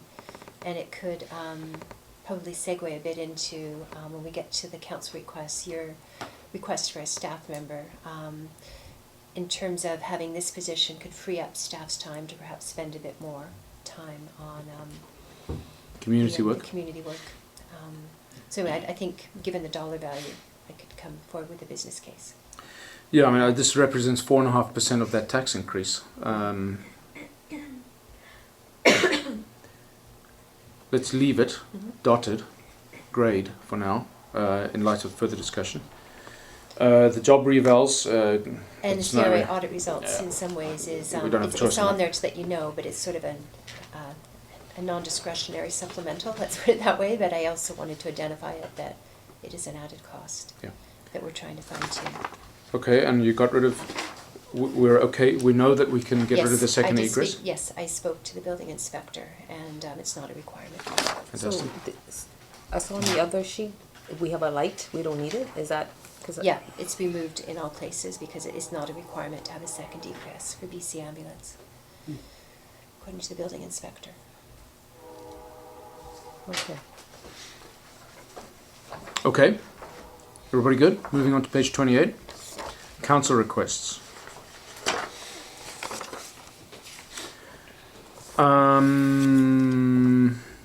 Ron, you are going to talk more about the washroom rebuild project for 20,000, or has that now been superseded by other budgets elsewhere? No, I think we should continue on because I've seen the 20,000 here, which is on top in the middle of page 28, and there's 1 or 2 other numbers, and Nikki's here, so I'm sure we can flesh out the consolidated number and make a notional discussion for 2 minutes or less what we're going to do or not. Okay, fine. So let's just draw a circle around that one because this is in multiple places, and obviously we don't want to double That's the purpose of count. the consolidation. Yeah.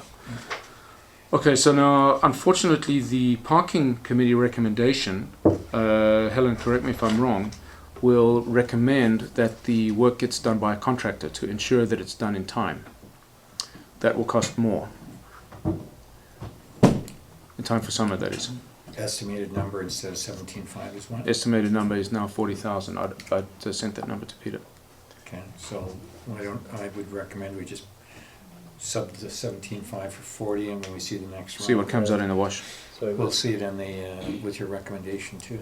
what does this entail? New signage? It's the implementation of the parking plan. So more than just sign and signage. Yeah, it's parking meters, it's line drawing, it's... The application, the whole 9 yards. Um, The recommendation hasn't been presented, let alone Yeah. accepted yet, but... Yeah, I mean, it's a notional number, but I mean, as I said last time, why would we have our people and residents and staff bring the time on doing a study to come up and not approve it from Yeah. the financial side? Yeah, the execution by a contractor is feasible. Essentially, that would entail the contractor going around removing signs according to the plan, which is, the plan is not remove this sign, don't remove this sign. The plan is a framework or a guideline. I guess I have to do some checking, but my concern is that some of the work might be bargaining unit Yeah, work. that's what I'm asking. So we'll have to look into that. Okay. I mean, it's still going to cost money to have people doing it one way or the other, so you might as well leave the number if that's what you think it is. Yeah, that's true. If we're not going to take people Still needs off to other be jobs. allocated. Yeah, yeah. The OCP for 65. Is there any way we can do that cheaper by bringing a lot of it in-house? We have a lot of expertise who will work for free in the village. To me, that's a problem. I think you need to have professional planners working on this.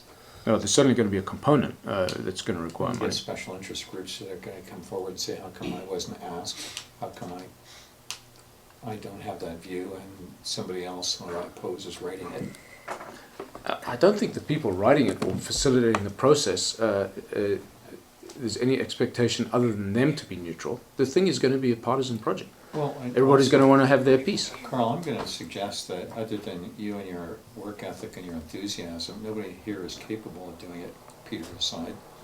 I was talking about Peter. I'm not. And I'm he You can learn. professional And he planner. denies. Go to a so- I'm not course. a professional planner, so Yeah. this is something that I think you can talk about Hard during cost. our workshop. Yeah, okay. So, Which workshop? Strategy workshop. that we'll talk about further. Well, I'm talking about the budget number right now. Well, 65 looks Yeah. good to me. Well, It does, eh? yeah. So the feedback I got was that's very no. But do they know?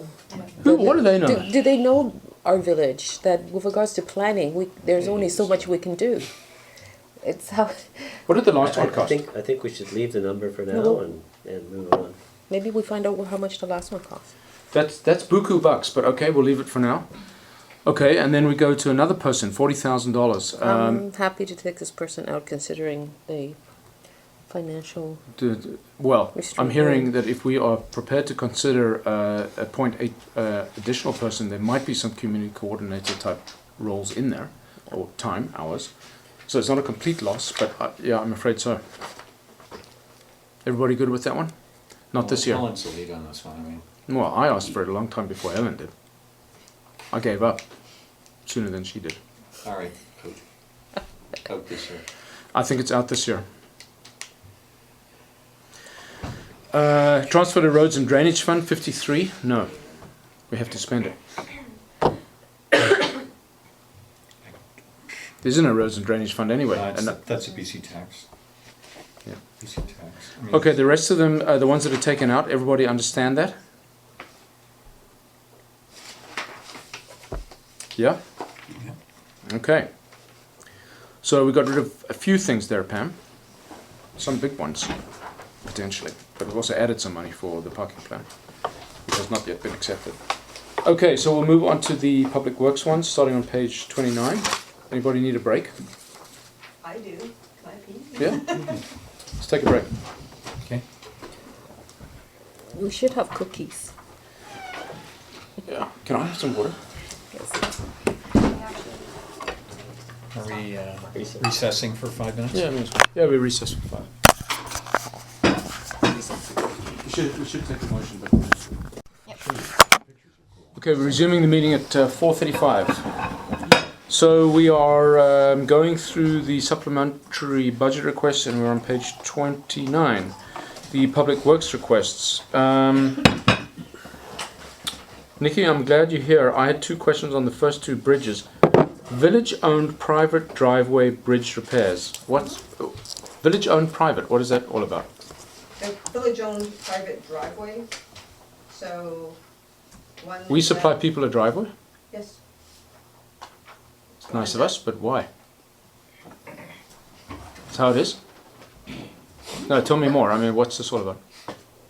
Historically, we have provided a driveway for 325 Bayview and one at Lions Bay Avenue. They're both bridges. The bridge. Okay, so the one at the end of Lions Bay Ave and the one across Alberta Creek to access the driveway. But now that we've had this discussion, we don't know who owns that. We don't know if that's Modi or the village. So why are we even touching it until we do know? We aren't touching the bridge itself. What we are doing is putting up some safety mitigation for known hazards at that bridge. So we need to put a sign that says that you can't drive heavy things over it, because that's just risk management. Putting up a mirror, same thing. These are the drop dead things that we actually need to do risk-wise for that bridge. Whether we put money into that bridge, there's another budget of $5,000 to do a feasibility study to try to find an alternate, to figure out if it's feasible to provide an alternate access to that bridge, so that we don't have to spend a bunch of money in the future. Well, Fred will do it for free because he already knows the answer. Because he lives next door. So, yeah, okay, fine. However, I would be very cautious about touching a bridge that we don't know the ownership We aren't touching the of. This bridge. is just the All access. we're simply doing is noting that you cannot drive something heavy over that bridge. So what's the And 4,500 then? the 4,500 is to do some basic work that was noted as a hazard associated with that bridge. Okay, so $300 to fix a plank. That's not really material, but the remainder of it, the 4,500, was to do some pavement repairs, to put up signage, appropriate signage, and to install a mirror. This is on the Alberta Creek Bridge. Correct. Yeah. Do we have to do it? To both have a degree ones. We do if we want to mitigate the hazards Yeah, that true. we now know about. Okay, let's take that under advisement. The $5,000 bridge, that's the feasibility study. There's a feasibility study to be able to figure out if it is feasible for us to provide an alternate access route so that does not involve a bridge to that property.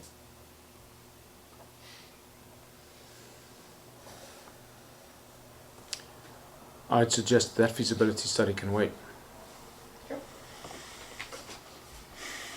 You good with that? You know, I'm also very conscious that I would be very, very preferable not to be taxing for and reserving funds for projects we're not going to do this year. As we discovered we did in the New Build in Canada thing. You know, we raised $80,000 of extra money to pay the change, and we didn't do it, but we still taxed for it. So, you know, anything that we don't know that we're going to do, let's defer it. So this is one of them, I would say. So 5,000 out. Sorry, what is the 9,500 for? Which bridge is that? No, that's the total of the three below. Oh, okay, good. Correct, Nick? So, just for my own clarification, you're Doesn't really add. indicating that It doesn't. you do not wish to put forward the feasibility study for the alternate access, Yeah, correct? yeah. What is the 9,500? I missed that, thank you. 9,500. The very top line. I'm uncertain where you're. Top line. Oh, no, it is not a total. That 2,500 consists of a bunch of trip hazards that need to be remediated. So it's mainly regrading asphalt sidewalk approaches to bridges, to 7 of the 8 bridges. On, There's a lot of tripping hazards due to unevenness between the bridge sidewalk and sidewalk approaches. okay, so I mean, we have to assume that 9,500 is the absolute best use and most cheapest, but best contractor that does this, right? That is what it costs. We're not calling up ABC gold-plated asphalt grinders. We're actually going with the cheap guys. What it is, the way, where we got those numbers from was from AECom's bridge inspection summary report, so those are 2015 numbers. They're the most accurate numbers that I have to do that work. Okay, right. So, but we haven't called in quotes or anything. Correct, this is to ensure that we have budget, so when we do call in quotes, we'll know what the budget is. Carl, a lot of this is technical to roads, water, drains, stuff like that. I would suggest that I'm happy at the next infrastructure committee meeting that they review the thing, come up with a priority list. I mean, 3 of the council members are on it, and you can prioritize and notionally work on a budget. If we took out the trees, the park, and the staff member, I think the rest would fall into the IC group. Sure. Would that work timing-wise, Pam? The next infrastructure committee meeting is the 18th. It's a bit late, I think, for the 18th, and then to come back. There's not many. I mean, I take your point. It's not going anywhere, and It's- I'm happy to keep the notional number, knowing I, that I think in a way it's good for council to know this now rather than later. So, I mean, there's only 10 more in terms of the technical ones. Well, but I'm going to defer to the two members. I don't think we have the time because the next meeting's the 18th, and then the next meeting after that. I mean, we could have Is- an additional CSC meeting next week just to talk about supplementals, and it is an important topic. If the IC wouldn't have taken place yet. The IC is only in 2 weeks' Are time. you saying that we can't make these decisions without the IC? No, I think we can make them here and now. That's what It I'm would be saying. nice to have the technical input, but All right, we got it right now. okay, between you and Fred, let's Yeah. run through them, and Nikki's the background now. Actually, just had a question though. The study about the alternate access, if we don't do the alternate access, then we have to replace the bridge, do we not? Well, we need to know whether there's an alternative to replacing the bridge in subsequent years, not this year. I mean, either way, we're not going to replace the bridge this year, it's not in the capital plan. So, But they have identified it does need to be replaced, so it would be in a longer-term capital plan. With the first order of business there, and you're right, and then we're talking about a $150,000 Right. project, if not more. Which would fall into our conversation further on when we determine what we need to go to debt for, which would be in 2017. Precisely. I'd hate to spend $150,000 on a bridge used by one person. But the issue is we still need to understand who the owner is. Mhm. Because there's some suggestion it may be Modi. Right. So I would argue that having the feasibility to see if there's an alternate, that would eliminate, if there is, it would eliminate the need for the new bridge. And it was information I would like to have when we're determining what our debt is for 2017, or whether or not we had to have that bridge in there. So I think it might be 5,000 well spent, because it could potentially save us money if there is an alternative route.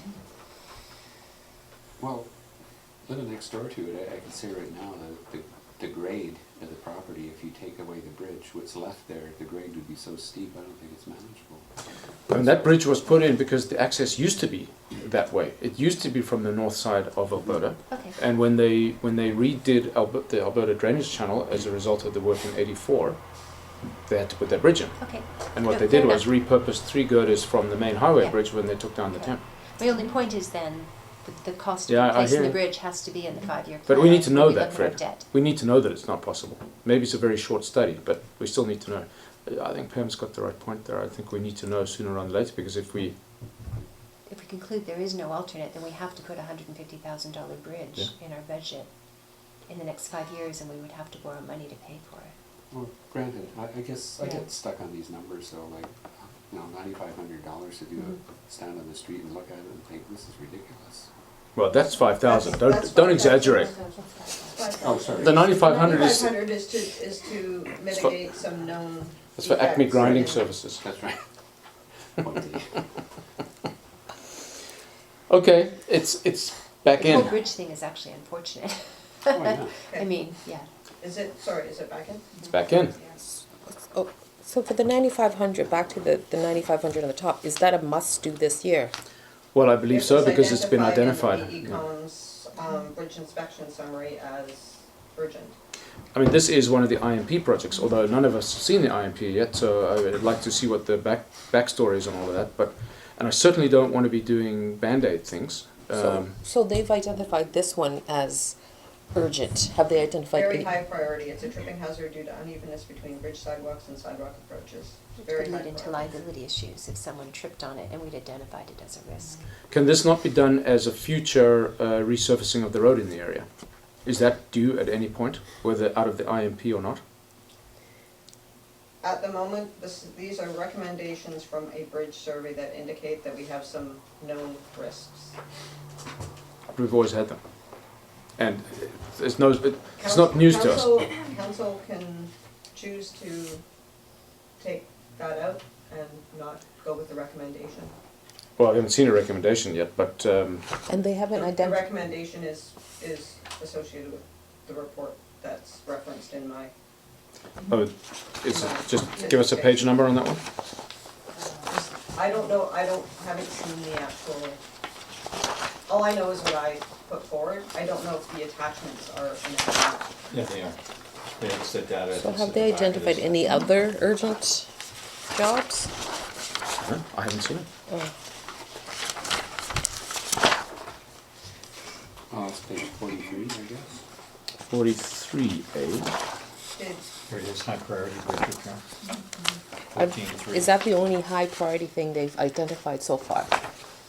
no, so everything that I have put forward insofar as anything that indicates that the IMP will indicate that that will be included in the IMP has been flagged as it will be in the IMP. I'm just bringing it forward based on that. Right now, we have a draft copy of the IMP. Yeah, well, I mean, we're not nailing down the budget just yet, so we can certainly leave it as a placeholder. You know, whether council even accepts the IMP is an unknown at this stage, so we'll have to cross that bridge when we get to it. I meant to say that. Well, if I could say then, if these are just placeholders for now, and Public Works Manager has the backup of the draft IMP, maybe we just blast through these quickly then, we don't really need Yeah. to go into detail. Fair enough. I agree. Okay, so go down to the fourth one then. Staffing, $30,000. I see one half shake of the head. I see another half shake of the head. I'm doing a full shake of the head. Helen? Okay, there's two full shakes, 2.5 shakes. I'm just wondering, if we hire this staff, will it decrease the expenditure with regards to overtime and standby time? Overtime and standby time are completely separate, so. Even overtime? Overtime is due to call-outs. And call-outs are flat fee. Or that's Okay. flat fee. So it's a no. It's all collective agreement. Yeah. This is extra hours period. Oh. Extra person. Can that person work late? Hmm? The late shift, the overtime shift. No, I mean, Most we've of looked the at all of work that. we do Okay. cannot be done It can't be done in the It's not dark. predictable. in the dark Yeah. with one person. Yeah, so no on that one. So yeah, at the end of this, we'll be voting and passing a recommendation to council with Yeah. respect to each of these. Not individually, but as a result of the consensus being reached now, I suppose. So trees, 8,900. Which one's this, Nick? Is this the one at the beach? Is this the whole beach Yes, thing? so there is a number of Yeah, trees that need work or removal. I got it in Um, consolidated These were identified in the, June report. in the June report. I have a up-to-date quote, and that is one quote for placeholder for budget. Fine. My only proviso is that there is a very seriously thought through PR campaign around this, so that people understand what's happening. Yes. Yeah. Especially the one at 18 Brunswick. It has eagles in it. Did you know that? Well, I'm only going by what I'm told. Okay, Park/WY, whatever that is. What is WY? That's the Wyoming? work yard. Oh, Worksyard, okay. Nikki, what would you guess that the beach portion of this is? I'm not sure which one you're looking at. Oh, sorry, the fence for 35 grand? 35,000. Let me find fence. Post replacement, yeah. page 29.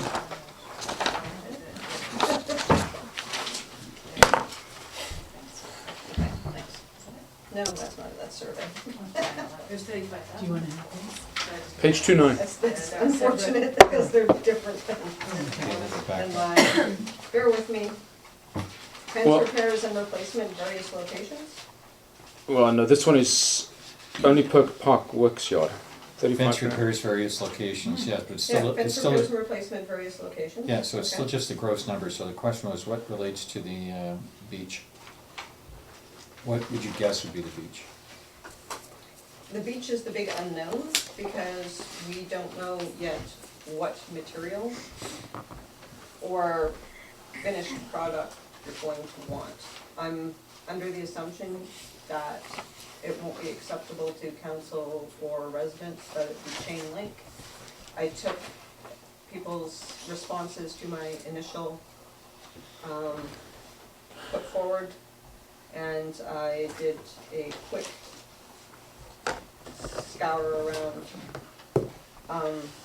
with regard to what possible materials it could be. Because it's unknown, it's still unknown, the 35 grand is a placeholder. It seems very high to me when we've also got a 35 grand quote to resurface the floor of the hall, including labour, in clear maple for $35,000. So 35 seems high. I recognise it also That's is not a, all for, it's that's a not fence all at the for works that. yard. Yeah. It's, yeah, security fencing around the works yard, it's a fence that, another chain link fence at the beach park that came out of the risk assessment for playgrounds.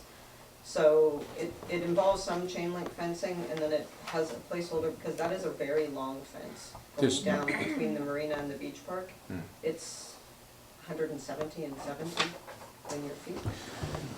Yeah, so here's my question around that. You won't necessarily know the answer, but we certainly need to understand who owns that fence. It is on marina property. Whether we pay for it and do it, or whether we pay for it and they do it, or what, I don't know. So- There are a number of unknowns. Yeah. So all I've done is take under advisement that my previous number was noted by council as low, and I rejigged that number. If we didn't do it this year, is it imminently dangerous? I don't believe it is dangerous, it may fall over, Well, if it falls on someone, that's not cool. correct? Though it did not get noted as being in that type of disrepair by the playground risk assessment, which assessed everything else within that beach park. Yeah. So, Except for the rotting stairs and the bench. no, it was in The, there. the, The stairs were in there. stairs are covered somewhere else. Stairs were in there. It was in that same risk assessment with, Okay, with stairs. let's focus on What that. about the bench that broke in half, killed the We've child? got that That one did already. not. Stop this, you two. That's covered somewhere else. Let's go back to the fences. So, How many dares ultimately, make? The point is, I don't think that they fully covered it, but so if they didn't, if it's not in the report, that may or may not mean that they looked at it. but you just asked me if I thought it was an imminent danger, and I don't. My answer is I don't know. All I know is that we did have an assessment, a risk assessment done in that park, and it did not flag it. Yeah. I can easily come back with just the works yard, just the chain link fences. What do we think?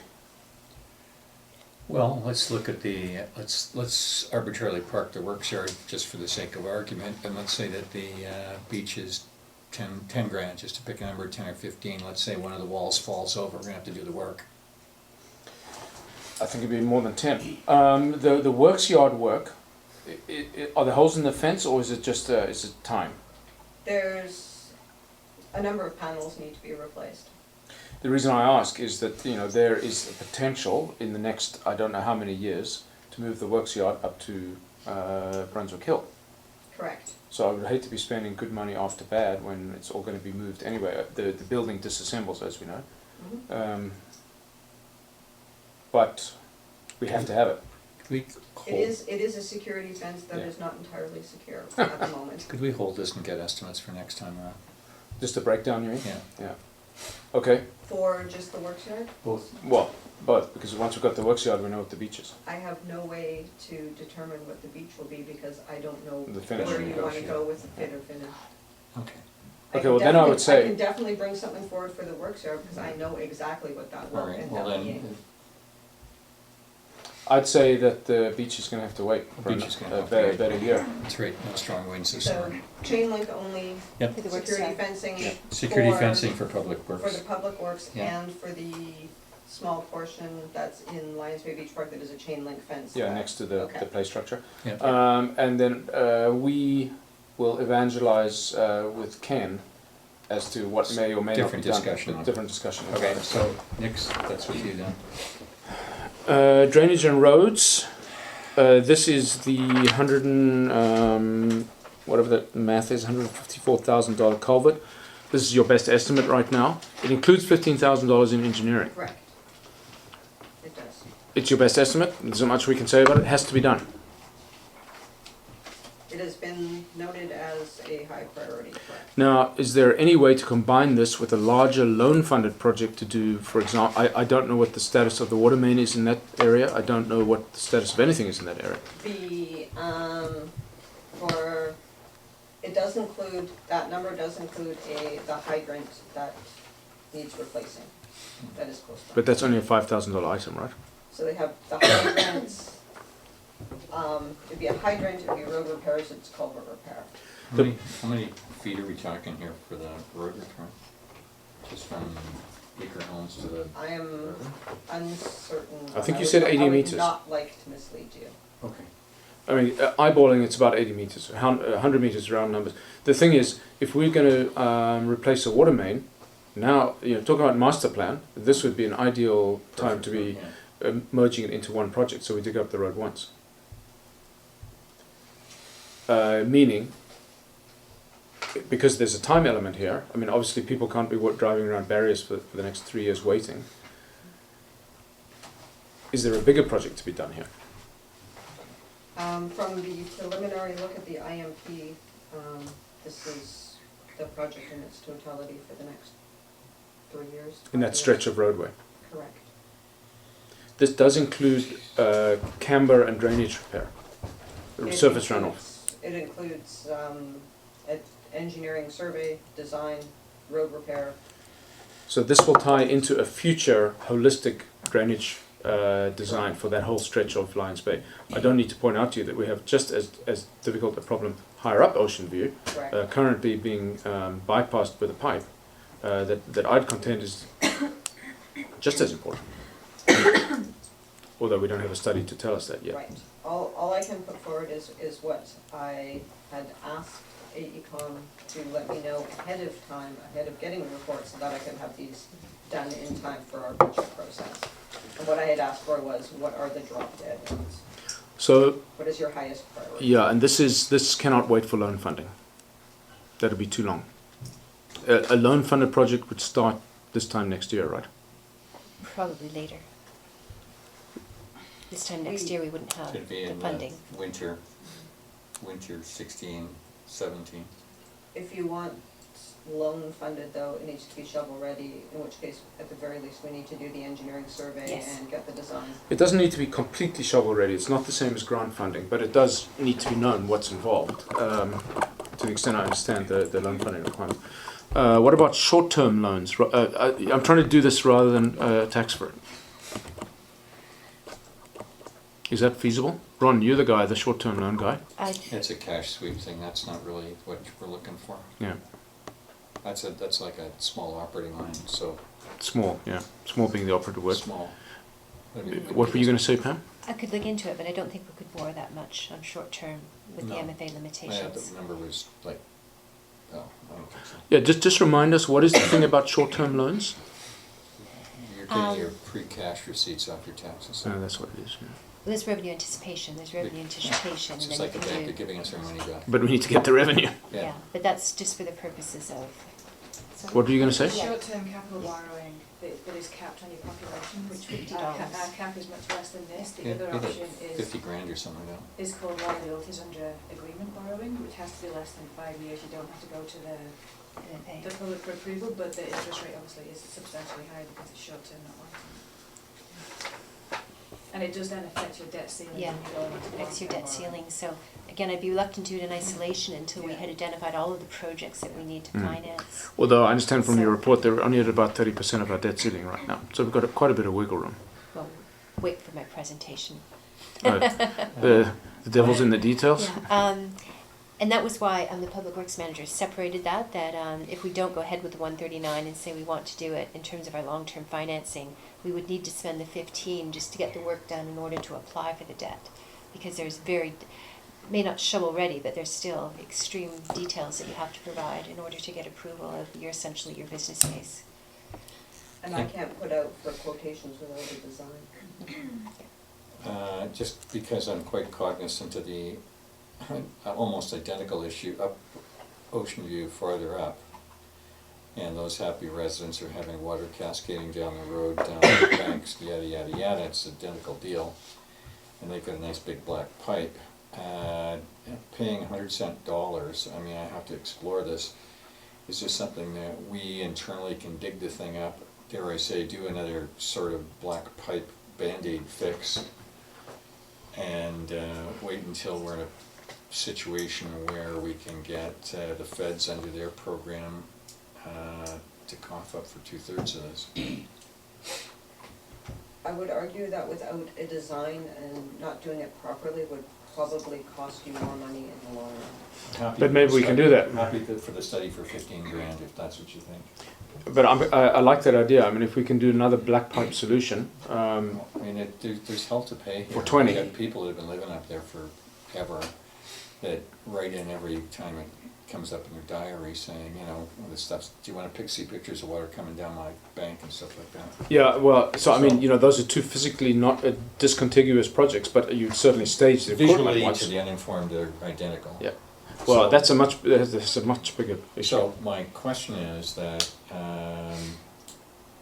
there was a Band-Aid solution put there, and much as I hate Band-Aids, if we only paid 30-cent dollars a year from now, that'd be a better deal. I agree. And you know what? Both the former counselors would certainly understand that. We still need the study, but if we were to slightly increase the scope for a two-stage solution, the temporary Band-Aid solution and the permanent solution, what's the study again? 15?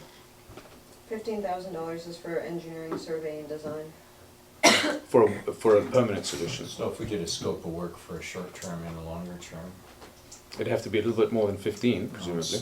it's the 139 plus. And the answer may be there is no alternative. You've got to spend the 139. But we were going to spend the 15 anyhow. Yeah, I'm thinking the 15 needs to be higher then, in order to get the second Okay, answer. Fine, let's go 20, or, next can pick a number.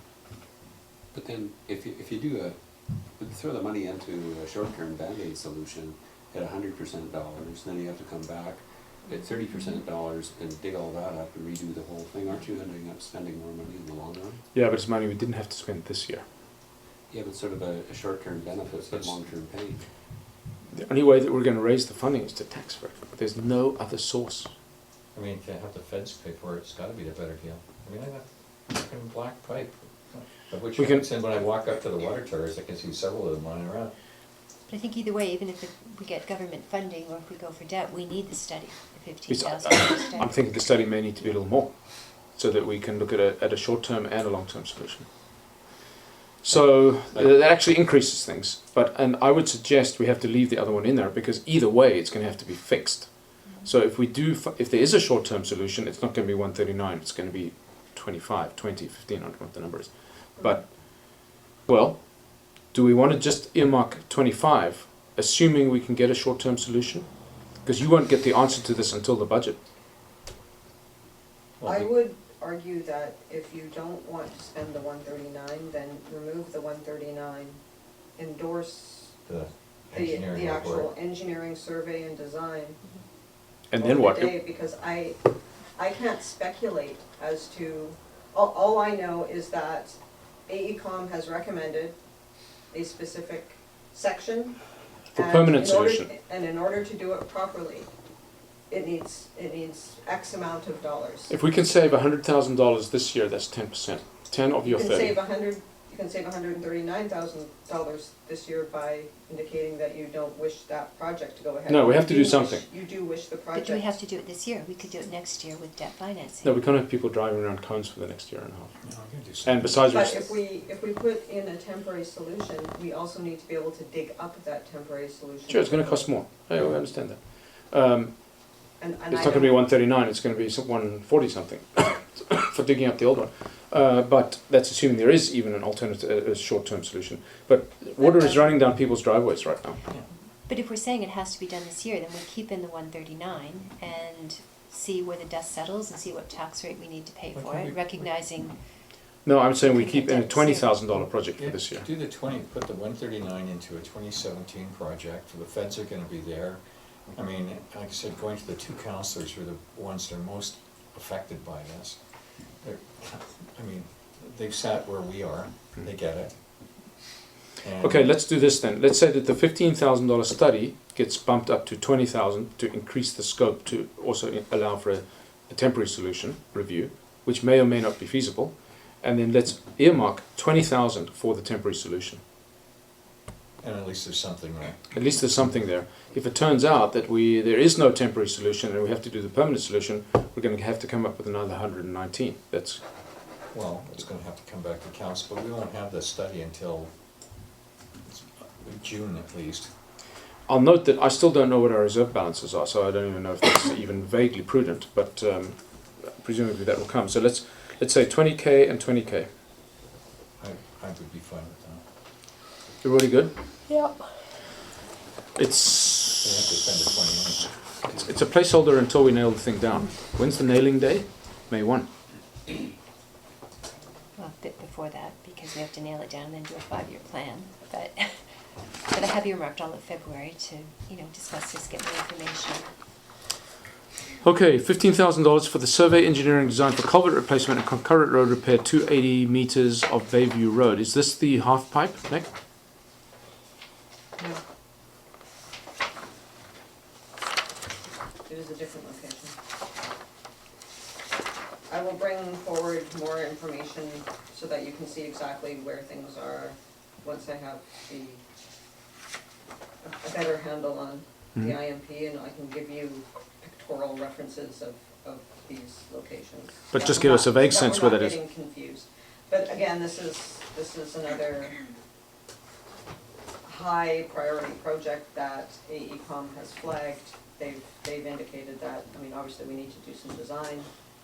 Anytime that we need to do design for a high priority project, we need to make sure that we have something that is shovel ready so that we can take advantage of any funding that may come our way. So this is just basically to make sure that we actually have two projects that we can put forward. Okay, well that sort of brings me to mind that we asked for more shovel-ready projects, because if the media is to be believed, there's going to be a waterfall of money coming in our heads soon. And So for the 15,000 associated with the culvert replacement on Bayview that we were just speaking of, you'll note that in the 217 budget, it's estimated that would cost $224,000. holy heck, which one is? So tell us which one this is. I don't have my notes here, so I don't want to mislead you. I would much rather bring it back for, Okay, well obviously we need to know, and now obviously the engineer has said there's a priority. To the extent that I have confidence in their word until I see their report. We'll leave that one for now. Are there any more shovel-ready plans we should be thinking about? Can be thinking about? those were the two of the highest priority. There was zone metering phase 1, which is You got that? That's coming, yeah. 17.5, and again, the 2017 budget indicated 155,000. SCADA, Yeah, I'm talking about shovel-ready fundable projects. but these are. These are fundable? These have implications for the 2017 Yeah. budget. These are all fundable, potentially fundable projects?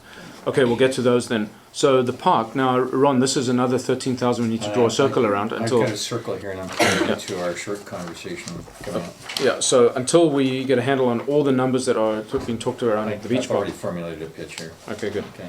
And then the next sheet, the water and the sewer, we have in the budgets now, in the water and sewer budgets. These are in already. They're in already. Okay. I just want to say, sort of as an overview, further to what Nikki was saying, I mean, obviously the infrastructure master plan is sort of the big elephant in the room.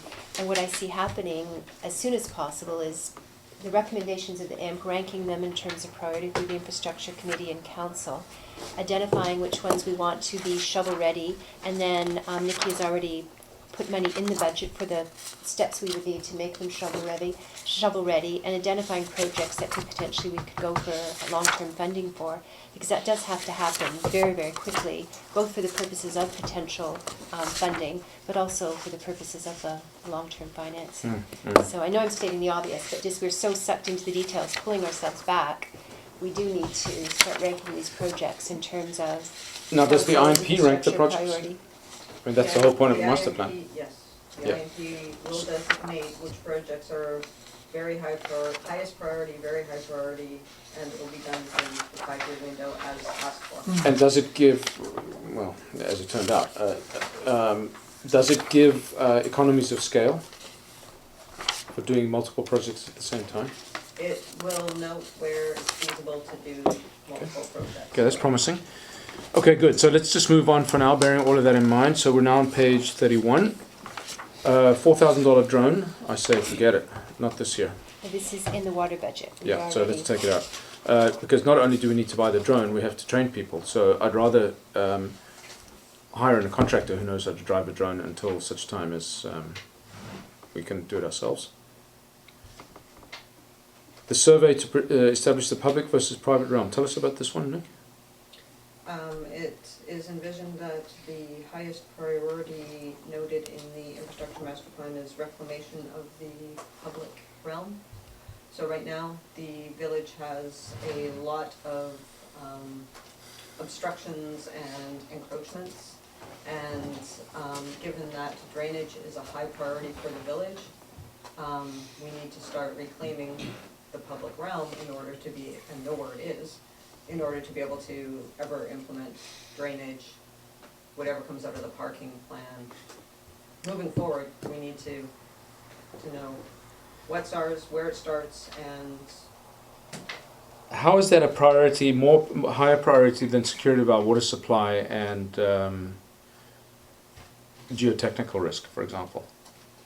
I think that what the report will indicate is that there are a number of priorities that the village will have to manage.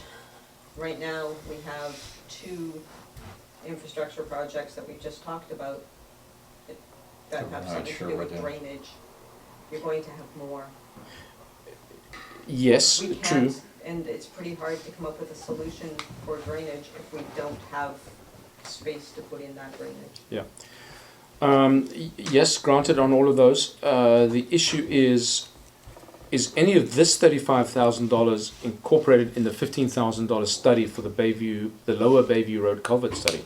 Because there's surveys in there, right? Correct. Or is that but just an ad hoc survey needed for the project? It is needed for the project. Yeah, yeah. And one would assume that they're doing a lot of road survey as well, right? Yeah. Are they all different survey companies? We can't just speak to one and say, hey, we have all these surveys we need to do, give us a lump sum. Yeah. There's only really one surveyor in BC. Yeah, so Bennett can they do, Surveys. can they do all our So we projects? have quotes from 3 surveying companies that do survey municipal lands. All of them came in at roughly $250,000 to do the entire village. This is a 5-year phased plan. The goal was to ensure that the survey could at least indicate those areas where we cannot find water shutoff valves in 70 locations. But that's not really a survey issue, is it? That's It is a because metal they- detection exercise. It is because they originally would have gone in at property lines, and those property lines are obscured, Almost always, yeah. Or meter in. very close. So Nick, this is to do more with the 70 connections? It's to do with the bigger picture. Drainage, it's mostly It's drainage. drainage, it's being able to access water infrastructure. Right now, there's a number of locations where trying to turn a hydrant is rather interesting because of encroachments. We need to, It's a sidewalk issue. If we decide we want to put sidewalks Absolutely. where kids are walking. So this is 35 grand a year, virtually infinite. amount. Yeah, it'll. until it hits until we get the entire village. So yes, what I had done is put in 35K for 2016, 45 for 2017, 55 for 2018, 60 for 2019, and 55 for 2020. Just to give you some idea of how we could space this out. The number is about right. I would suggest, if not having yet seen the IMP, this cannot be the highest priority. There have got to be priorities around the security of our water supply, water contingency. Now it looks like we should be okay this summer. We don't know, complete guess. It seems I fully acknowledge the drainage issue. What I wrote, council will have seen my email to a resident where I said the thing that keeps me up is how many other culverts do we have in the village that have also collapsed beneath the asphalt that we don't know about yet, that are also just waiting to make a big hole for somebody to drive in, just like has happened here. We've got hundreds of meters of culvert that are all similar ages with the similar challenges, all rotted out. You know, it's all corrugated. So drainage is a big issue, make no mistake. But I would suggest that at this stage of the game, given the pressures in this year's budget, I think that one's going to have to be pushed out one more year. Especially given the fact that if once we start, it's only ever any good until we've finished, more or less, unless we do stretches at a time. I would say that needs to hang off a much more complete digestion of the IMP and sort of evaluation over the course of the next year before we start spending any money on it. Isn't this also a scope of work for the infrastructure committee? I mean, as you look at their calendar going forward, I mean, they're going to be looking at all these. I mean, this is Check if they like the This is an unfair prioritization. deal to come to the table without all the knowledge here, because Yeah. I don't think anybody would argue with the need to do a survey. Is it the priority? We don't know the answer to that today. I would say that has to come out this year. 3.5%, right. round numbers. Yeah, I'm good. Okay. Okay, water maintenance, water capital maintenance, that's this That's standard similar to- hydrant, yeah, that's annual similar to hydrant? Fire, The annual so hydrant, probably should have correct. been in the, Yeah, singular. Annual hydrant. In hindsight, it should have been in the base budget, Yeah. so, that's, everybody good on that one, on the nod? yeah. Yeah. Okay, water, 17.5 for zone metering investigation and design. What problem is this solving? Consumption. We can certainly better quantify consumption. Correct. What else? If I remember right, it lines us up better for getting grants in the future because we have to prove that we're taking steps to manage our water. Yes, good point. Yep. Yeah, just for the rest of council's edification, there is a requirement to demonstrate that you're measuring to control. You have to be demonstrated to be attempting to conserve for certain water funding, grant funding applications.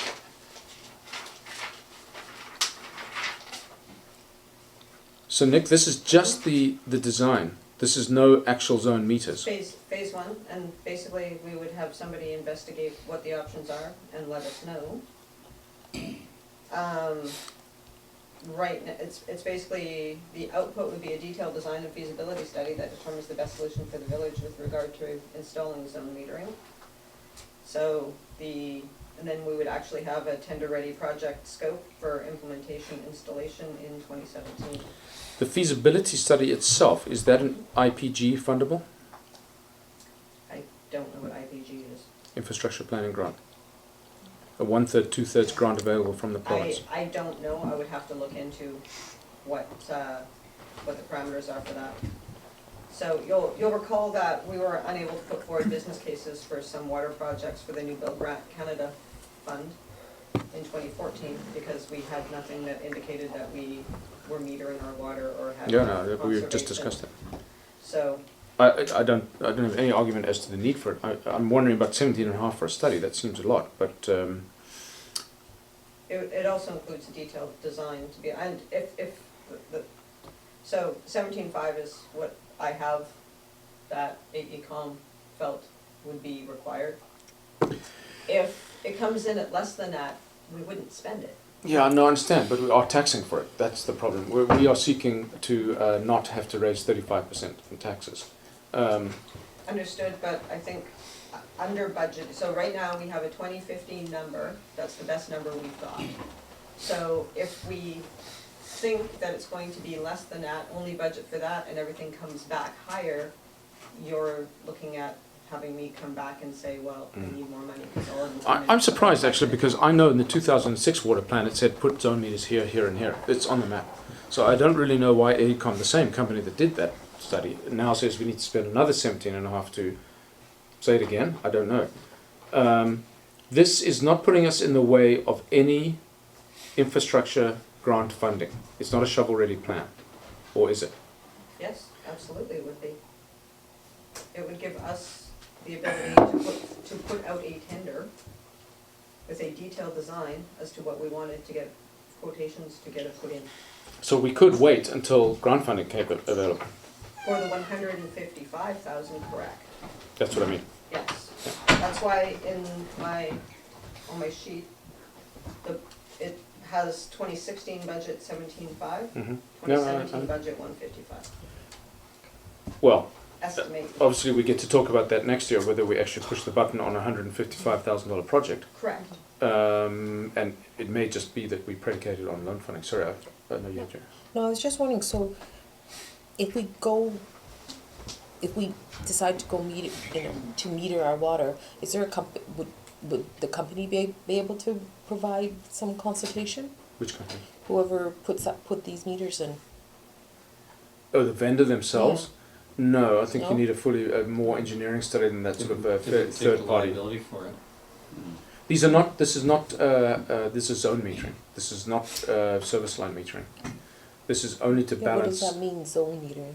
We're talking about 3, 4, 5 meters, big meters on the mains. Okay. Helps us isolate leaks. It helps us. Well, that's pretty much what it does.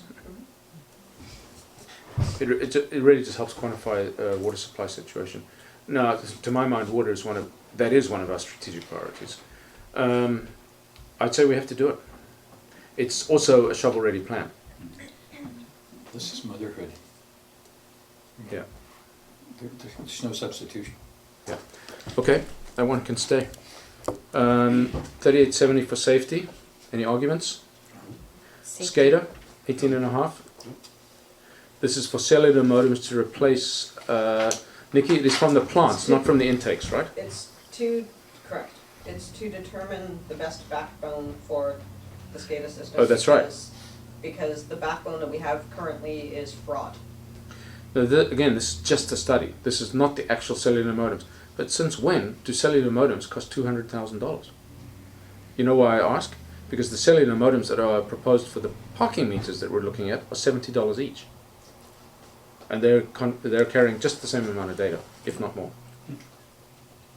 I'm uncertain what you're referring to for the $200,000.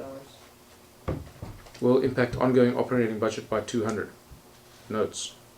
$200 a year in ongoing $200. license. Oh, I see. Move on. 100,000. Okay, 18,500 for two $70 modems. No, And this is off-the-shelf stuff. Page 31 next. yeah. I don't have that. Where did that 18.5 come from? From our friends? Do you want to bring this one back, Nikki? yeah, when we bring this Bring it back. back. I don't actually have what it is. Bring it back from the So- page. Okay, well, we're looking at the budget, and it's the final line of the budget item. It says 18,500. Yes. That's what we're talking about. Yes, but I don't have what you're looking at, is what I'm trying to tell you. She doesn't have an answer. Okay, well, it's been offered about 5 times. Backup piece? Yeah, just one half my. Sorry, page repairs. Page 31. Page 31. Right. Okay. It's here. Thanks. No, I don't want that one. That one I'm isn't looking helpful. for it. Oh, the backup. SCADA, zone SCADA. So, SCADA. Yeah, I mean, the 18, I looked at it. The 18, we have a big piece of paper with lots and lots of Correct. columns in it that says 18.5 at the end. And I had backup for that, and I'm just trying to find it because I knew it from. Okay, well, anyway, so it's not just a guess, it came from somebody's estimate. Yes. That seems like a heck of a lot of money to specify 2 cellular modems. It included, well, it includes a detailed design. It includes, Detailed design. Believe you me, how it works is you plug it into the Ethernet and you switch it on. There, it's designed. okay, and then it connects over the cellular network to wherever you tell it to go. And it costs about $70 a month, not 200. But we okay. also need line of sight, because we need to know where it's going, how it's going to transmit from the plants to the yard. We need to have a tower that What- will probably have an antenna up on it. What's the in cell order to signal like at the relay plants? that. Pardon? What is the cell signal like at the plants? The phones work? Horrible. It's horrible at the yard. Just your normal phone? Half the time, my cell phone does not work at the yard. Well, I must say my cell phone doesn't work except from one corner of my house. Okay, so yep. Okay, so I'm not arguing about the number. It seems high for what it is that we're trying to accomplish. What is it letting us in for? Is the problem? Another fundable project that may cost in the hundreds of thousands with cell. When you start talking cell towers and repeaters and all that stuff.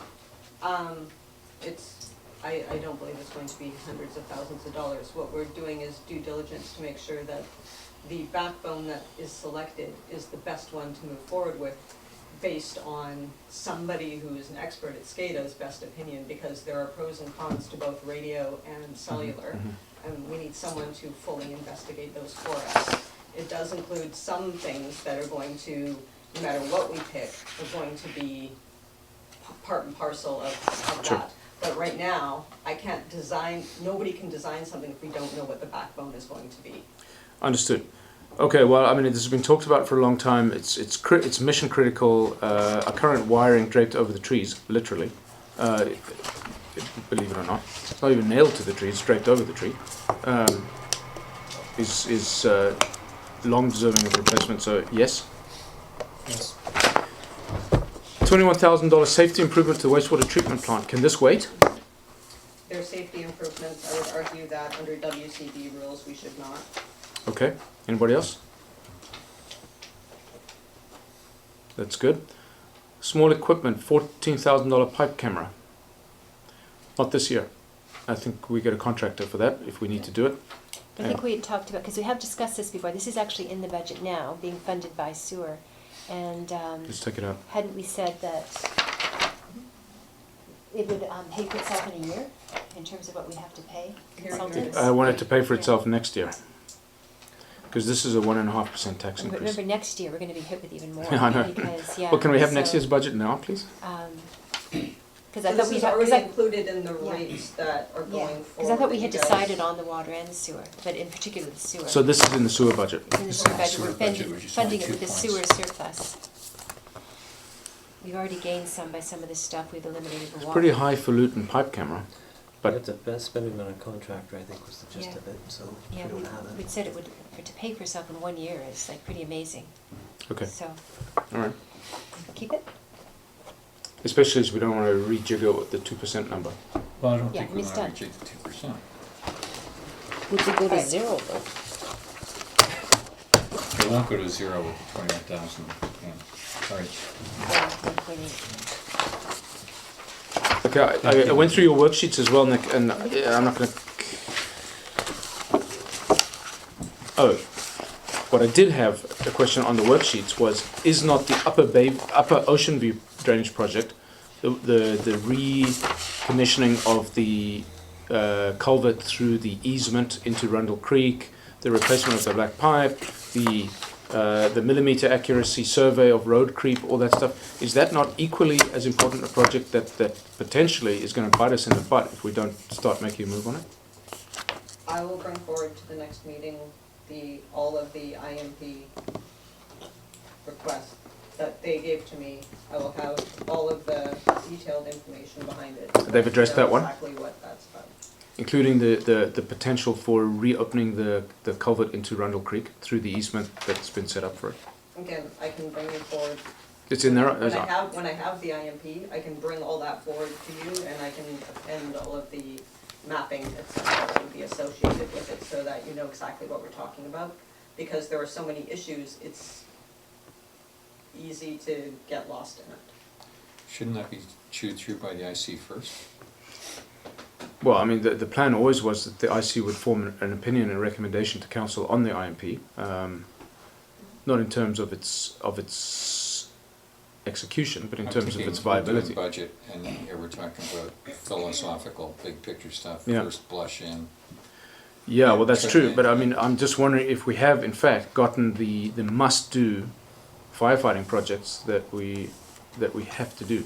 And I don't know, because that was the point of the now 2.5 month late IMP. We needed to know, is that the Ocean View pipe project, as you call it, the pipe is just the manifestation of the Yes. problem. That's not the problem.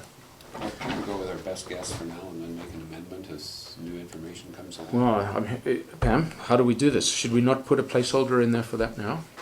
I know Nikki doesn't know what the number is, but But we sort of have placeholders now. I mean, what I see happening over the month of February, as I spoke about getting the final IMP, having infrastructure committee, staff, mayor and council look at it, ranking the projects. I'm hearing And you say then- you don't have time with the IMP meeting on the 18th.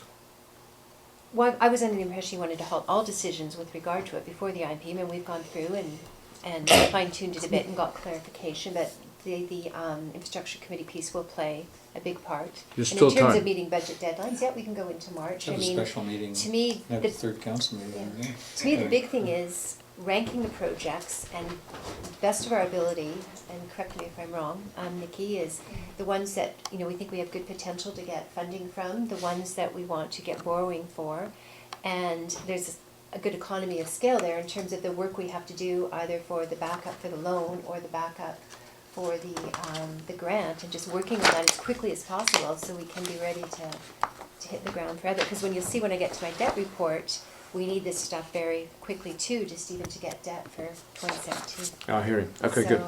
So to answer your question, I'm being kind of vague, but yes, we can wait for the infrastructure, but I don't want to stop all discussion on this until the infrastructure Good. meets. The public works manager is going to come back with more I mean, information. we don't have the meeting minutes of the IC, I mean, Carl and Fred and Jim are there, so I mean, we're gonna know, you'll have already ranked. Yeah, we're certainly not going to wait for the next meeting cycle. No, we will tell you within an hour. So I think That's not an rules, issue. yeah. Yeah. Good. Okay, my only other exhortation is to please, let's be absolutely sure that we understand ownership of the bridges, the parcel access bridges, before we start doing any substantive work, but you know that. Okay, wow. So you're gonna pass a motion to receive the recommendations of the council receive recommendations of this committee. But no, As yes, but what's this on page 48? This is $13,000 at the beat. Oh, we said we drew a circle around that one. Yeah, it's coming back to me. Okay. So yes, thank you, Peter. That is, the recommendation is that supplemental budget request by staff and council be brought forward with a recommendation for what to council? We'll receive the recommendations as duly noted through this report. from With the- additional as instructions amended by and the work committee. work items given to staff. Okay, fine. So everybody good with that recommendation? Do you understand it? Okay, so the recommendation is that it's recommendation C as carried in here, with the additional annotation as amended in discussion. Well, so the council's gonna receive the recommendations of Yeah. this committee, right? Yeah, but so the recommendation is as amended. So some stuff came out, Yeah. some stuff has actually been increased, not much. So as amended by the CSC with directions to staff regarding further modifications. Beauty. Modifications, did you say? Yeah. Okay, motion please. And I still haven't seen the motion. Second, all in favor, opposed? Okay. Sorry. Okay, finance work plan, page 49. I've requested by Councillor McLaughlin to bring this forward. There's very little, if any, change from the last time we saw it.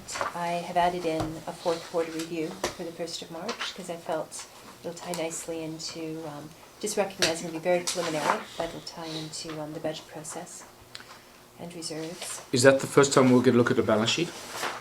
No, you won't see the balance sheet there. This will be purely a comparison to the 2015 budget. A BVA? When do we get, because I'll just remind us all that the last time we saw a balance sheet, reserve balances, bank balances, was for the 31st of December 2014. When you say the balance sheet, I'm thinking of the balance sheet per the financial statements. That will be prepared for the audit. and the TCA is a big component of that, and we won't be even starting that until March. But in terms of a cash flow, I mean, you'll get that in. No, I'm not talking about cash flow. I am talking about But drawing in down terms reserves. of, yeah, reserves, you will get a full schedule, with the, that's why I'm doing the BVA, because I can give you the 2014 balance is now split between water and sewer, but the big component of that, how we actually did in 2015 as opposed to budget. And that's why I'll be doing the quarterly review, and I thought that would be reserve slash a fourth quarter review. Okay, the so that's first when we March. see that. Yes. So we know just how prudent we may be to say, we don't have to get it exact because we've got some reserves to cover, Yeah. or not. And at the next meeting, I can bring the 2014 balances showing the impact of the budgeted numbers on that. But of course, we know a lot of the stuff we had to rebudget, but it'll still give you a sense as well. So I could do that as well. And then do the one March 1st, which will have the projected year-end results. Okay. So I had a few more questions, if I may then. This is something that I prepared last year. I'll just remind you. Council's seen this. This is how I'd like to at least understand what the reserve balances are. So there's that for your edification. I'm not saying it has to be verbatim, but it's to try and break down reserves so that we know what we're dealing with. Why? Because this whole discussion is of no consequence until we know how much money we're starting with. So, what page did I say it was? Although 49. that being said, the whole budget presentation has been, I presented on as though we're not going to draw anything from reserves. I mean, that is sort of we knew last year how low our reserve balances were, so I predicated this whole budget on the fact that we're I not know. drawing anything from reserves. Yeah, So I I get it. recognize the balances are important, but if you're looking at it as a source of revenue, I think we already know it's not. It's the other way around. The question is, should we be replenishing Exactly. it? That's... Ron's nodding his head really emphatically, so that means he knows something more than I do. I know how much money I got in my pocket, and I'm willing to take bets on it. Yeah. So we certainly need to know the reserve balances Of because course. we may be imprudently low, not the other way around, Right. unfortunately. Okay, We so already know half the equation, which is it's not a source of funds, so now we just have to see. unless we got more than we thought, in which case we may just we may just pull some out of there. Let me just understand something. The budget presentation to council that was scheduled for January 19th, did that happen? Yes, I started, this is the budget presentation, like we've been doing this since January 19th, every, I don't remember getting, this is the first time we've seen a budget, is it not? No. We saw one on the 19th? December 15th. yeah, you just No, saw the preliminary one, that's... And then on January 19th, it was more fine-tuned, and each council meeting, Fine, you'll okay, see a good. budget, and What I would like to see added to the schedule is the MFA funding cycle, so that council is aware, where the deadlines are for various things that need to be decided. which is in my report. I haven't assigned dates to that, But we could- that'll be my next step. We could just add this to the schedule, right? We have to determine which borrowing we're going for first. Well, no, I just want them all in Yeah, there, every year. So that we always know when we need to be ready. So that I can go and say, if we don't make a decision by May 19th, we can't go for the fall borrowing. okay. I'm not sure it would fit into this. You might understand it more when we go through the debt. I read it, I understand it presentation. perfectly. I understand it, it's very well written. Why would you not want to put MFA deadlines in here? But these are statutory things I have to do every year. We're not going to go for debt every year. We're going to go for debt. Well, We these may be decide. statutory to you, to me it's this is how we manage the finances of the Right, but village. to me, going for the long-term debt is a one-time thing. We figure out what we want, and then, once we've decided that, I could fit it into this, but it wouldn't be something every 6 months, we're not going for debt, or every year. How'd you know? How'd you know that? You know more than I do. Because we have barely enough to go once, that's why. Well, you see, you do know that. Okay, Like, I totally agree, we need a schedule, but there are so many steps to that, I would Yes. argue it's a separate schedule, that we Okay. always look hand in hand. I'm happy to have a separate I think it schedule. would overwhelm this if we tried to put the debt in I there. don't disagree with that. Let's Yeah. have a separate schedule. Something participatory. Community participatory budgeting. We don't do it. Do we want to? The reason I ask is I saw Tofino does that. They have the community involved in the very early stages of the budget. Well, essentially, we are involving them in that we're doing a lot of budgeting now in CSCs, which are open to the public. But that's their choice, right? Yes, yes, I I mean, I would understand. argue we're very open here with the amount of work we're doing in it. I mean, we never ever talked about budget in council meetings in West Vancouver. I mean, we talk about our budget openly here.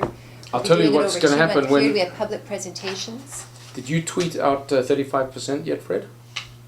Did I what? Did you tweet that? Somebody tweeted it. I'm surprised we don't have pitchforks and burning brands outside the door already. So the point is, you know, I'd like people, we don't have to talk about it this year, but I do want people to be actually involved. Yeah. Not, you can come if you want. Nobody's going to come to this, But except you. sorry, but in a way, you're very, very good with your e-posts, Yes. getting people up to date. We have, every 2 weeks, we're having 2 sessions.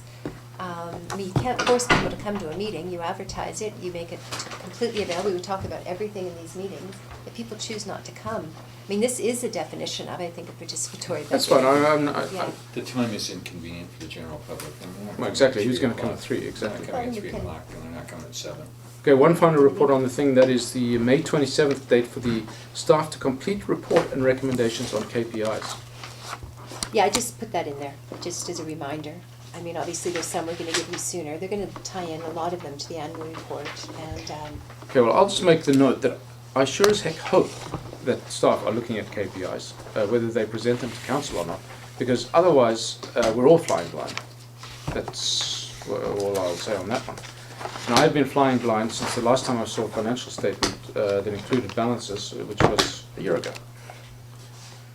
Okay, so we will move on to, do we have to receive it? Yes, we have to receive it. Can I have a motion to receive the finance work plan as is, unamended by MFA schedule at CFO Rook's insistence? Did you write that down? Second? All in favour, opposed, carried. Okay, good. Because she made a good point, actually. Excellent. But she did promise a separate schedule. All right. You did. It's written. I mean, it's recorded. Okay. okay, Report on infrastructure master plan. isn't it Yvette is next? That's not what I have. Oh, no, we got- Is it an inserted report? Yes, it is. Okay. Sorry, I've got to extract mine from here. Do you have an extra Which copy? inserted report is it? Oh, Oh, we put them in everyone's Oh, inbox. it's I Everyone else sorry, I saw it. stuck it in there so nicely. Yes, on the table. Is this yours or mine? Oh, the MFA was in it. Yeah, I got it. Okay, mine, it's excellently written. Yeah, next. Do you want my copy? I thought I stuck it in here. Obviously, I didn't. Okay, so that MFA report goes after page 52. Thanks. Okay, everybody's read the report. Questions? I think it's very. It's great. Yeah, you could sell this. I, just sort of at a high level, the goal is, now that I've done all these procedures, I know they were very detailed, but we're going to turn this into a procedure for the finance staff to go through all the steps, because there are so many. You could put it on the calendar. What a good idea. I'll do that right away. What the conclusion I came to it after I'd sort of written it and had a chance to think about it, at a very high level, if you come from the time that we have to have a loan authorization bylaw to the time we have to submit everything to GBRD, which includes the process of going to the public, it's about 6 months. And then the GRD, I took the actual deadlines for this year, require basically 2 months, and then they submit it to the MFA, and then the MFA takes a month. So basically that's 9 months from the time you have a loan authorization bylaw. The thing is, before you can do your loan authorization bylaw, you have to have the projects picked out, you have to have all the information for them. So we're really looking at a minimum a year-long process, probably Yeah. longer, because it's gonna take us more than 3 months to do that. And the other big piece of why that's so important is it's at that point that you're already starting to tell the public about it, to get them to know what's going on, so that they're highly educated when it's time to do the going to the public. Alternative, Because because we do the alternative process, and if that's unsuccessful, we do have the option of then going to the full referendum, but it's very expensive. So that being said, my conclusion is we are really challenged even for the spring 2017 borrowing. In fact, I would say we can't go to the spring 2017 borrowing, it would be the fall 2017 borrowing. So sort of after the dust settled, and I actually tried to assign timelines to all this. Well, I And would like let's- to see if we can tighten up on the timeline, but I Yeah. don't disagree based Yeah. on the bold statements here, yeah? Yeah, the 9 months is pretty much locked in, and that's even when we Yeah, go on our yeah. courses, they say allow 9 months from loan authorization bylaw. But before you can do the bylaw, we have these steps here. Yeah. And it's identifying the projects, getting solid numbers. It's nothing but good so- news, So but it's tight for the spring. I wouldn't say Yeah. it's impossible for the spring 2017, but it's tight for the spring 2017. yeah. And we'll know more in a month. We'll see the infrastructure master plan, if we get a clear identification of the projects we need, and we can start work on getting the information, but it will be tight. Now, I'll just remind council that that the whole original delivery schedule of the IMP, which was mid-November, was predicated on fall 16. 2016 loan funding. So its delay has cost us a year and a half in terms of funding any projects. One question for you, Pam, on But the you'd have lost, sorry, Yeah, excuse me, but but just you wouldn't half have a year. made that anyway Yeah. because your 9 months would have been, Yeah, it's delayed it from spring to fall in 2017. it wouldn't have delayed it, what you've just. I think it'd be- Yeah, It'd it be would be spring half a to year. fall It's delayed it half a 2017. year, not Fair a enough. year and a half. yeah. I'm only thinking in terms of this council's remaining term. The clock's already ticking. In terms of the things that we get to deliver in our term. In the paragraph 4, you say the available servicing costs of 419,865. What does that mean? Okay, so if we go to sorry, I actually didn't have page numbers, I apologize. The debt servicing limit analysis. Yeah. So basically at a high level, we have qualifying revenues, and that's essentially the revenues you can count on every year. So you can't count one-time grants and things like that. 25% of that becomes your liability servicing limit. So it's Sorry, how, does that include school tax, police tax, or just stuff that stays in the municipality? oh, just stuff that stays in the municipality. Yeah, it's sort of like when you're getting a mortgage, they look at your income. Yeah. So that's what they're looking at. Yeah. And that's 25% of that becomes our limit. And that means that's the maximum we can put every year towards servicing our debt. Then we have to take off our actual debt servicing costs. So I've got a little breakdown below. That's 185. Okay. So technically we can borrow up to 419. However, Okay. that's why I have all the extra information. I've added in what the different debt servicing would be for different types of debt. And then I've calculated what the average charge per household would be. And there's various ways of collecting that. You could do a parcel tax, or you could just make sure you taxed enough to get that money every year. But I also calculated our liability servicing limit, the percentage we've used, and then I've attached, I know it was quite onerous, but I've attached all the BC municipalities and what their liability is. And a lot of municipalities will have debt policies where they say we will never borrow to more than 60% or 75%. And there's a lot of reasons for that. It's because it just gets highly expensive to us to pay that debt back. But you need room in your cap for emergencies. Like if there was ever an emergency and you had to suddenly get funding, if you're at your cap, you can't borrow. But sorry, I And, hear that argument, but we just also heard it takes a year. So how can you ever borrow funds on an emergency basis? Well, you could do that, the 5-year short-term capital. Oh, I see. But Okay. any type of borrowing at all, like even So our that's capital free. leases that So we we have. don't have to go to the public and stuff like that. Yeah. So that short 5 year- circuits the 5 process. year too. plan. But that is a good point, that if something happened, you're limited even to what you could get short-term, but even if it created something that you needed long-term going forward, once you're at your cap, and you're gonna be at your cap until if you have a 25-year loan for 25 years. So you would never go to 100%, and I would argue you wouldn't even go as high as 75%. So the only way we can ever increase that is to increase the size of the village, increase the tax base, Taxes. or Revenue. increase taxes. And it's got to be sustained taxes. Don't forget that the increase that we're talking about today, whatever it turns out to be, is on top of a 12% increase last year.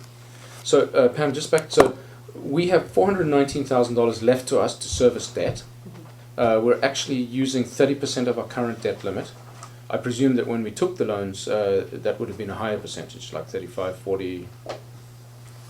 No, because it's relatively fixed. I mean, our revenue does go up a bit, but the actual debt servicing costs stay the same every year, so it stays pretty flat over the term. You are right, it can fluctuate a bit with your revenue, but Okay, so we have some wiggle room there, were we to ever go for this. so this isn't for purpose of making a decision now, it's just giving you a sense No, of, exactly. No, I you know, understand. borrowing $2 million will bring you up to 50% to 53% of your debt limit, which would probably as you can see, there's not a lot of municipalities that are up in the high percentages. Yeah, so And this is previously sorted you by- had this so that we could, I could find it easy. So Belcara, I see, one of our analogs in the GBRD, they're at 65% of the limit. And Anmore, I couldn't find. I wasn't sure how to sort it. You can sort it in a variety of ways, but I wanted to sort it just so you got a sense of what percentage of the municipalities. So it's ranked by the percentage of liability servicing limit. Yeah, what's the average? Which is Yeah, 25%. And how are some people above 100%? That I'm not sure of. Their debt servicing limit must have changed. They Yeah. must have lost houses or Yeah. So, Ghost town. Modi came in and took half their tax base. Closing, a mill closure. A mill closure, that's up. Yeah, so I guess I see that there's I don't assume there's not clawback. They say, oh, you're out, you've got to pay it all back now. So this debt servicing level, that's just for the debt servicing, that's interest, not principal. No, it's everything. It's Oh, that is principal including and- principal. Oh, no, it is. It's everything. Okay, So that you need to do some financial modeling. I mean, last year the increase was 7.5%, whatever number we picked this year. So you model and say if you're gonna borrow up to 50, 60%. I mean, that's using that 210,000 I spoke about this morning. Well, that might be 110,000 in your modeling thing. So I mean, it's a double-edged sword. It basically freezes the tax base into probably not less than 10% increase every year. yeah, if you want to spend anything else. Yeah. Yeah, I mean, you know, I don't need to point out the obvious. Every municipality sits around the table saying exactly the same thing, holy heck. And the way you solve this problem is to encourage development. Now, we're somewhat stymied, but not completely, in the available lands for development. But not completely. So, you know, all is not lost. We don't have to call in the receivers just yet. Okay, thank you, Pam. Can I have your copy? Oh, I've got my, I have my By the way, little- Helen wants hers. So I'll take a motion to receive the report on MFF The financing. bucket thing? Yeah. Thanks. And second, further discussion. All in favour, opposed, carried. Very good. Next, the bylaw report. Is that next on the agenda without me having to go back and look? Nikki's up next, I think. Is it next? Okay, thanks. Okay, so just hold on that one. 5-3. Nikki, you're up. So you all have the information report that I gave, and that was current as of January the 28th. The last item under discussion indicated that staff would provide a further verbal update with regard to information received between the date of the report and the Council Strategy Committee, which is of course today. So we did receive a hard copy of the draft, the reconfigured draft report yesterday, and have started chewing through that. We did get a soft copy received January 29th, but it was received after my workday, and in any event, I was in a meeting when it came in, so we've had a day to have a look at it. So AECom did deliver on our notification issuance. So we'll be talking to them, talked to them briefly today, we'll be talking to them again tomorrow, and we'll go from there. We should have a final report shortly. But given that we just need to go through it, make sure that everything seems right from a cursory view, then we're going through the process. Council? How shortly is shortly? Well, we need to be able to have a chance, like I said, we got the hard copy yesterday. So I need to have a chance to go through it, make sure that everything that I had flagged previously has been dealt with, and then get information back to AECom. So like I said, we have a draft. We obviously want them to issue a final one as soon as possible. So, but I just need the opportunity to actually be able to look at it because, like I said, I got it yesterday in hard copy format, so I can actually make notes and refer back to the previous one and make sure that things were done accordingly. Do you have a rough idea when we have a full copy to circulate to the IC board meeting? Yeah, the infrastructure committee meeting is the 15th?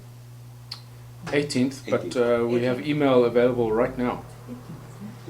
I think it's the 15th, it's Monday. It's the Monday, 15th, yeah, you're right. 15th. Oh, sorry, that's the policy and bylaw on the 18th. Yeah, so we will do Helps the everything budget. we can to make sure that once staff has been able to accept the report, then it'll get sent around to everybody, correct?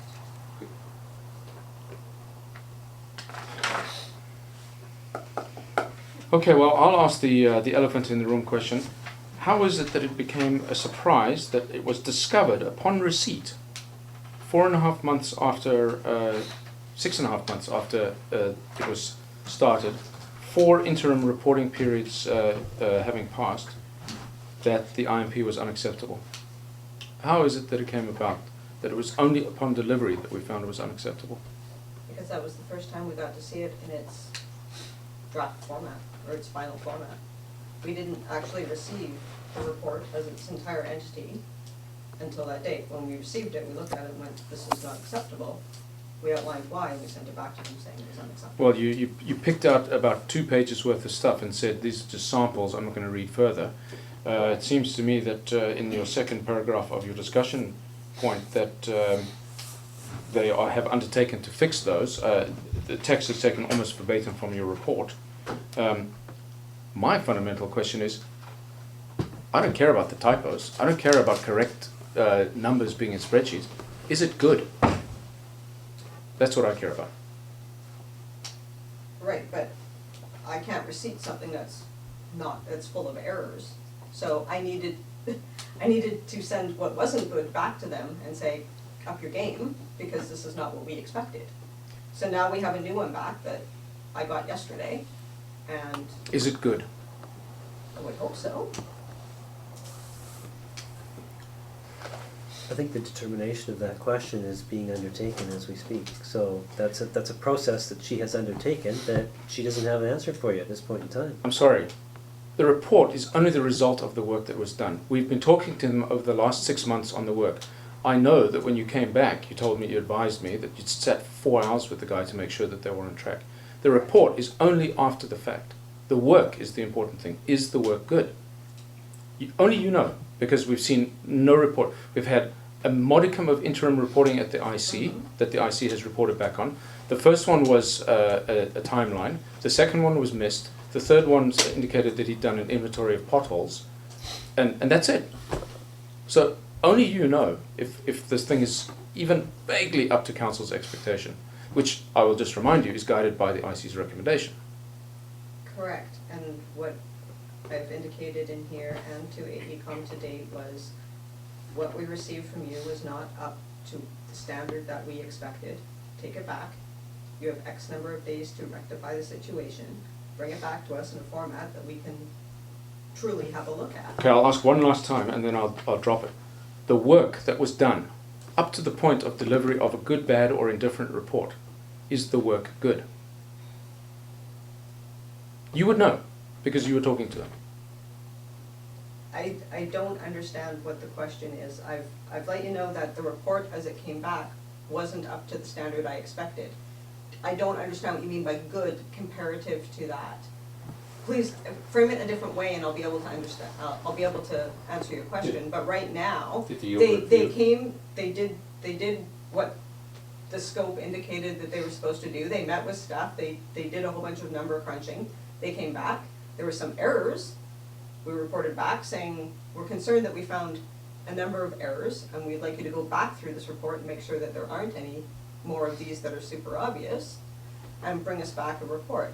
That report came back to me very late on Friday and the hard copy of it came to me yesterday.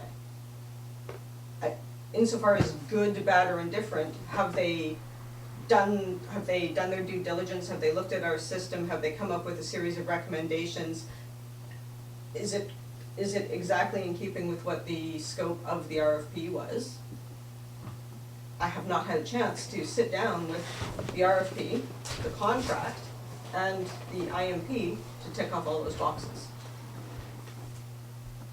Will it give us a series of projects that are ranked, that was indicated in the scope? Absolutely it will.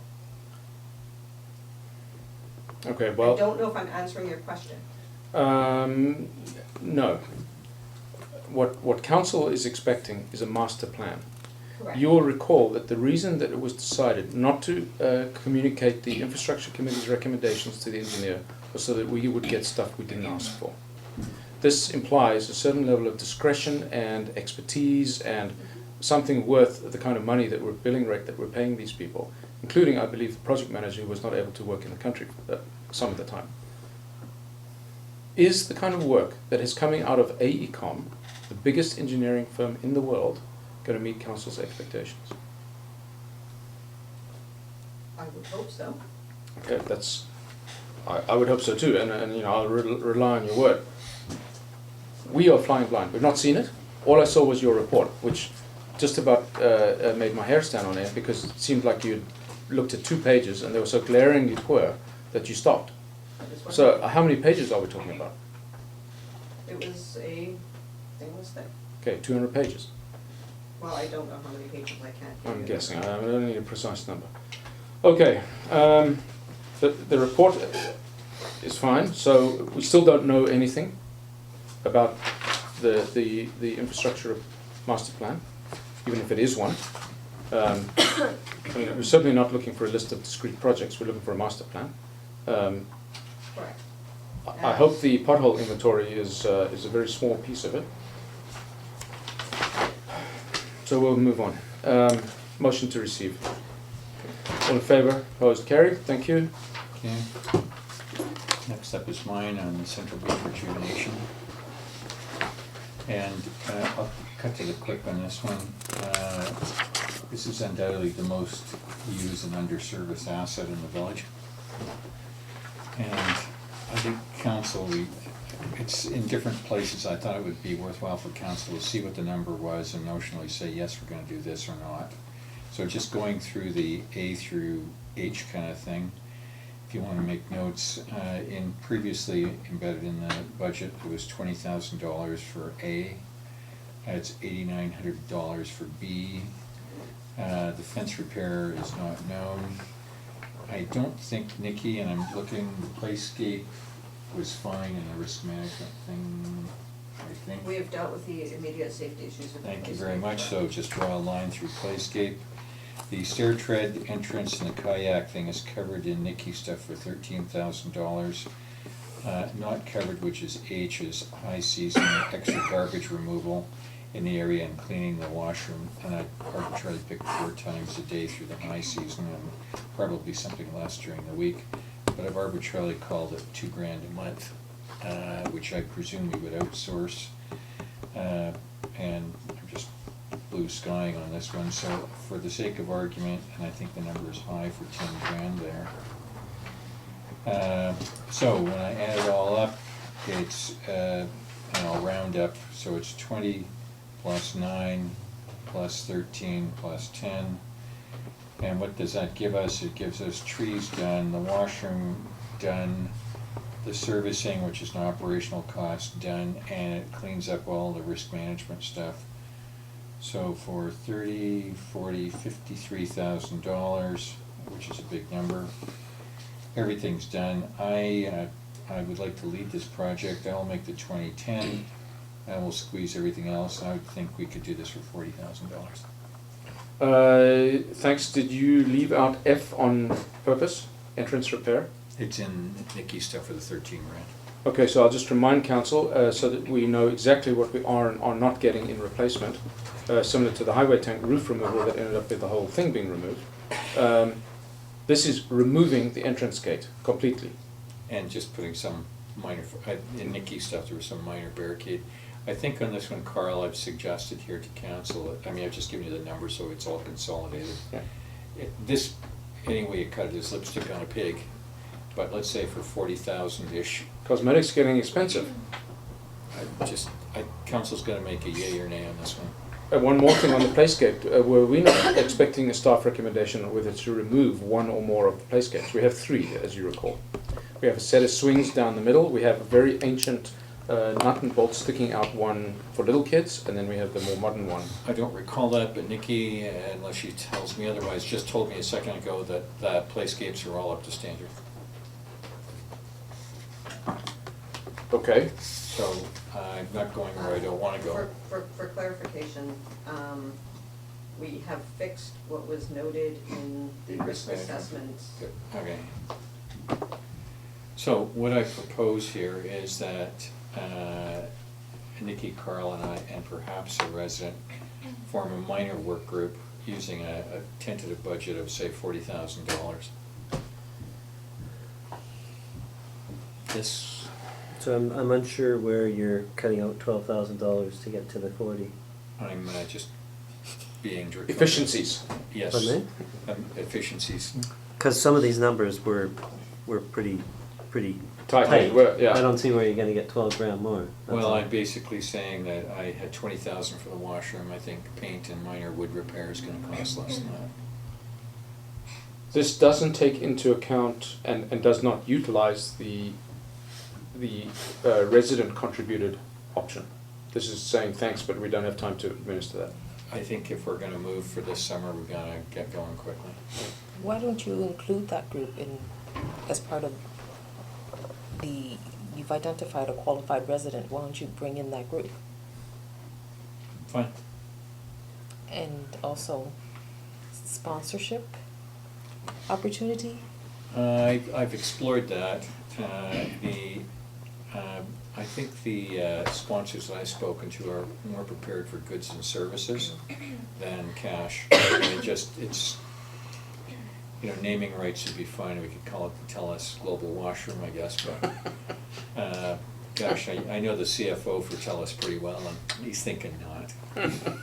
But I'm thinking maybe specifically the Playscape, someone would probably really like to sponsor that. Don't know, but we'll see, because if there's some traction here, we can, Carl's already emailed it out here that something's happening at the beach, so there's a little expectation here. So the reason for doing this is that we've identified the costs and cut them, and let's use that as a number. I could probably prove them out within 2 weeks with some minor work from Nikki and doing a quick assessment and verbal. I don't want to get into where I'm not supposed to go. You have to trust me on that one. And you bring in that resident group. It's as good as any, yeah. I'll do something. There'll be consultation, it'll have to be. But I mean, the point is, cost, I've just said 40 for the stuff here, 40, and then Pamela can do her thing and either consolidate it to one number wherever she does it. But it's recognized, and council nods, yes, go forward, and I would come forward in 2 weeks with can do it, can't do it, and we're ready to go. And some of this 40 is already in the budget, right? Most of it's in the Well, we budget can try to already. consolidate it now. It's not consolidated because it's hard to pick and choose. Yeah. Nikki, what's the guardrails thing at the beach park? It was identified in the risk assessment that a guardrail should be put in where there's a significant drop from one playscape to another. Oh, between the upper, yeah, so the northeast and the northwest playscape, not along the retaining wall, No. which is currently higher than 4 feet, I'll just point out, because of, what's his name? Okay, we're not talking about the details, we're talking about whether to put a working group together with a tentative budget, Tentative. concept budget of $40,000. Concept budget of 40, small work group. This is gonna be quick, either can or can't be done by next council meeting. If the thought is it can, then I'll be pushing it to get approved in the overall budget. And I'm wondering if there's anything that can come in on the piggyback or on the coattails of the parking plan. Probably not. Yeah. Okay. What do we think? Nods and Pam, I Pam, you look like you want to say something. Yeah, I just, I'm comfortable with this whole premise of early budget approval, especially in a year where the money is so tight. We have the infrastructure master plan, we have $200,000 extra, taking almost 25% of that and approving it now, and then starting the work. I'm not even sure we have the authority to do that because it's not in the budget, but it's just setting a precedent that I'm quite uncomfortable with in terms of we still have so many cuts to make, the restrictions on the budget, and then kind of pulling something out and say, but we're going to go ahead with this. And what we're saying is we're making it more important than anything else in the budget, including all this infrastructure work. Well, no, yes, I mean, I take your point, but what we're trying to do is not do all of our work in the last 6 months of the year. Because if we stick with waiting for the budget to be approved and published and double sealed with sealing wax, we're talking about mid-year. Well, no, I mean, it gets first, second, and third reading and adoption, probably if we stay to the schedule, even if we delay it a bit for the infrastructure. That's just early May. I mean, even to do it now, I feel even if we waited, a couple of months, the infrastructure master plan, getting a better feel for the numbers. Because you've committed, like you've essentially locked 50,000 off, and now you're just working with 150, thinking if you stick to the 200. Sorry, locked 50,000 off what? No, we started off by saying about how much, without drawing from reserves, how much money we had, 210,000. So it's like we're just off the top going to chop 40,000 off of that. I see what you mean, yeah. And I'm just uncomfortable with that until we're still in really early stages of the budget. We haven't finalized. So just in theory, it's nothing against the project itself. It's No, I just, understand. Well, we have the same challenge with the normal parking plan. budget process. The parking plan is slated for implementation before the summer. It We can't is. do it all in 3 weeks. No, we can't, but again, that would be another argument. Yeah, If, understand. it sounds like we definitely want to go into, those numbers aren't even in the budget yet. Yeah. I think we need a bigger picture yet of where we're going to go with this budget before we start committing specifically to one project. But how do municipalities handle this, Peter? Do they do their budgets earlier than us? We're automatically losing ourselves best part of 4 months. I think to Pam's point, I mean, her point is correct, but somewhere along the line, council needs to say, this is the burning project. Yeah. Whether it's engineering study, whether it's a wall or a fence, or it's the beach, or whatever it is. Within our mechanism, we can certainly say, yes, we know we're going to approve that, so start the tenders, get the thing going here. Well, yes, but you should have seen my mayor's piece before Professor de Jong got hold of it. Essentially, he took out all my forward-looking statements and said, maybe, we will consider, and he's quite right. We can't presuppose. To answer your question, I do agree. I just think at this point it's a bit early. I mean, we still haven't even got You're doing all your of the job numbers this in. morning. But to answer your question on how you do it, our 5-year plan was weak this year because we were waiting for the infrastructure master plan. So we deliberately didn't put any capital in. But when you do a proper 5-year plan and we have projects in, once we've identified them, like we're operating now under our 5-year plan. So if this had been in the budget under the 2016 year in the 5-year plan, we could have gone ahead with That it. would have been a thing, yeah. I still would have cautioned though to make sure we drilled down the numbers more because we may have wanted to change our mind. But Nikki's already started the great work of doing the 5-year plan, and then the infrastructure plan will come in. So to answer your question, we will actually technically have it in our budget. We have to reaffirm it when we do our new 5-year plan, so you can't necessarily start January 1st, but you've essentially committed to a longer term project. Well, that's next year. We deliberately didn't put anything in our 5-year Yeah, no, plan because yeah. we were. So I'm not saying no to it completely, but definitely I think it's a bit early now to be committing to Although, to something be like fair, this until we have did all the actually numbers. talk about, the number I believe was $40,000. We did talk about beach refurbishment. It It was was my removed project. from the budget. Yeah, last year. Yeah. And it could have gone into this year. It could have been, it wasn't. Like we consciously made the decision not to have a lot, and we actually made a note of it that we're just putting the capital maintenance we need for the next 5 years, and then we will fix it with the infrastructure master plan. Yeah. Okay, so as to the deadline associated with this working group, I don't know. But the working group itself, I think it's great. Get some scope, get some budget. I project this to be I don't think anybody's gonna invest more than 2 hours unless, because we're gonna get a couple of, again, I can't go where I shouldn't go. But I mean, we need to quantify the numbers so that, say that 40 is the right number. Nikki's already got half of this stuff in her safety assessment stuff, risk assessment stuff, so. Yeah, much fits in there. In So- fact, Peter asked the question, how are we going to cut 12K? But Yeah, so I think that I'm prepared to bear the cross in this one until the next council meeting with everybody's blessing. And they can come back as part of a budget, but we'll just have it consolidated again. fine. Okay, so the recommendation is all that stuff. I don't need to read it again. Do we want to bring that recommendation forward to council to execute? I'll take a motion, or you can move your own recommendation. Second? Sorry, I'm not clear here. Weren't you just suggesting you bounce this to the next meeting? Or are we gonna? bumps Well, it to. No, we're gonna, In essence, the recommendation is recognize that consolidated costs of a complete rejuvenation concur to notionally allocated budget, which we have, and return the rejuvenate project to staff, which it will be. That they expediently confirm cost estimates, which is about 3 phone calls with legitimate costings in place, and the rejuvenation back to council for the next budget for approval or resolution. If so, fast track. well, council may want to adjust that recommendation Yeah. because of the early approval issue, Yeah. but the thing is, do we want to bring this recommendation I mean, forward to it's the a- council it's a- meeting to It's a resolve? framework deal. I mean, it's substantial. Or do you want to just do it informally? I'm happy, well, like, what's the guidance on that? I'm happy doing it informally.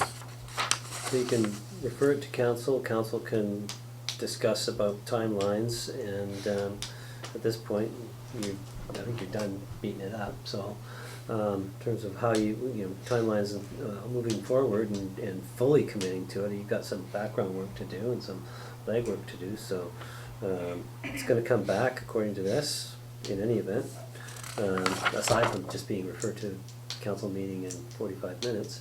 It's gonna come back in a further iteration for council to consider before it's voted on. Let's just leave it informal and bring it to council when it's ready. So for clarity, Peter, I can go off the reservation a little bit here. That's my term. And come back with a more fleshed out plan next council meeting. Well, it's a budget request, it's going to be a new Well, budget. obvious. The budget's not Yeah. going anywhere, Exactly. so it can sit there, but there's some other stuff that needs to do.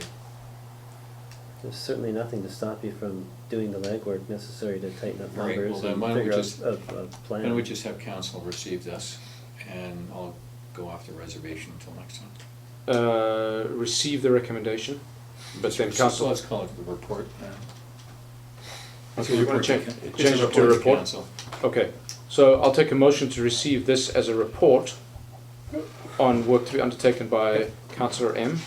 Thank you. Can I have a second? And all in favour, opposed, carried. So we'll receive the report as written, Not the written recommendation. not as a recommendation. So council will not resolve it or not. Just receive the report.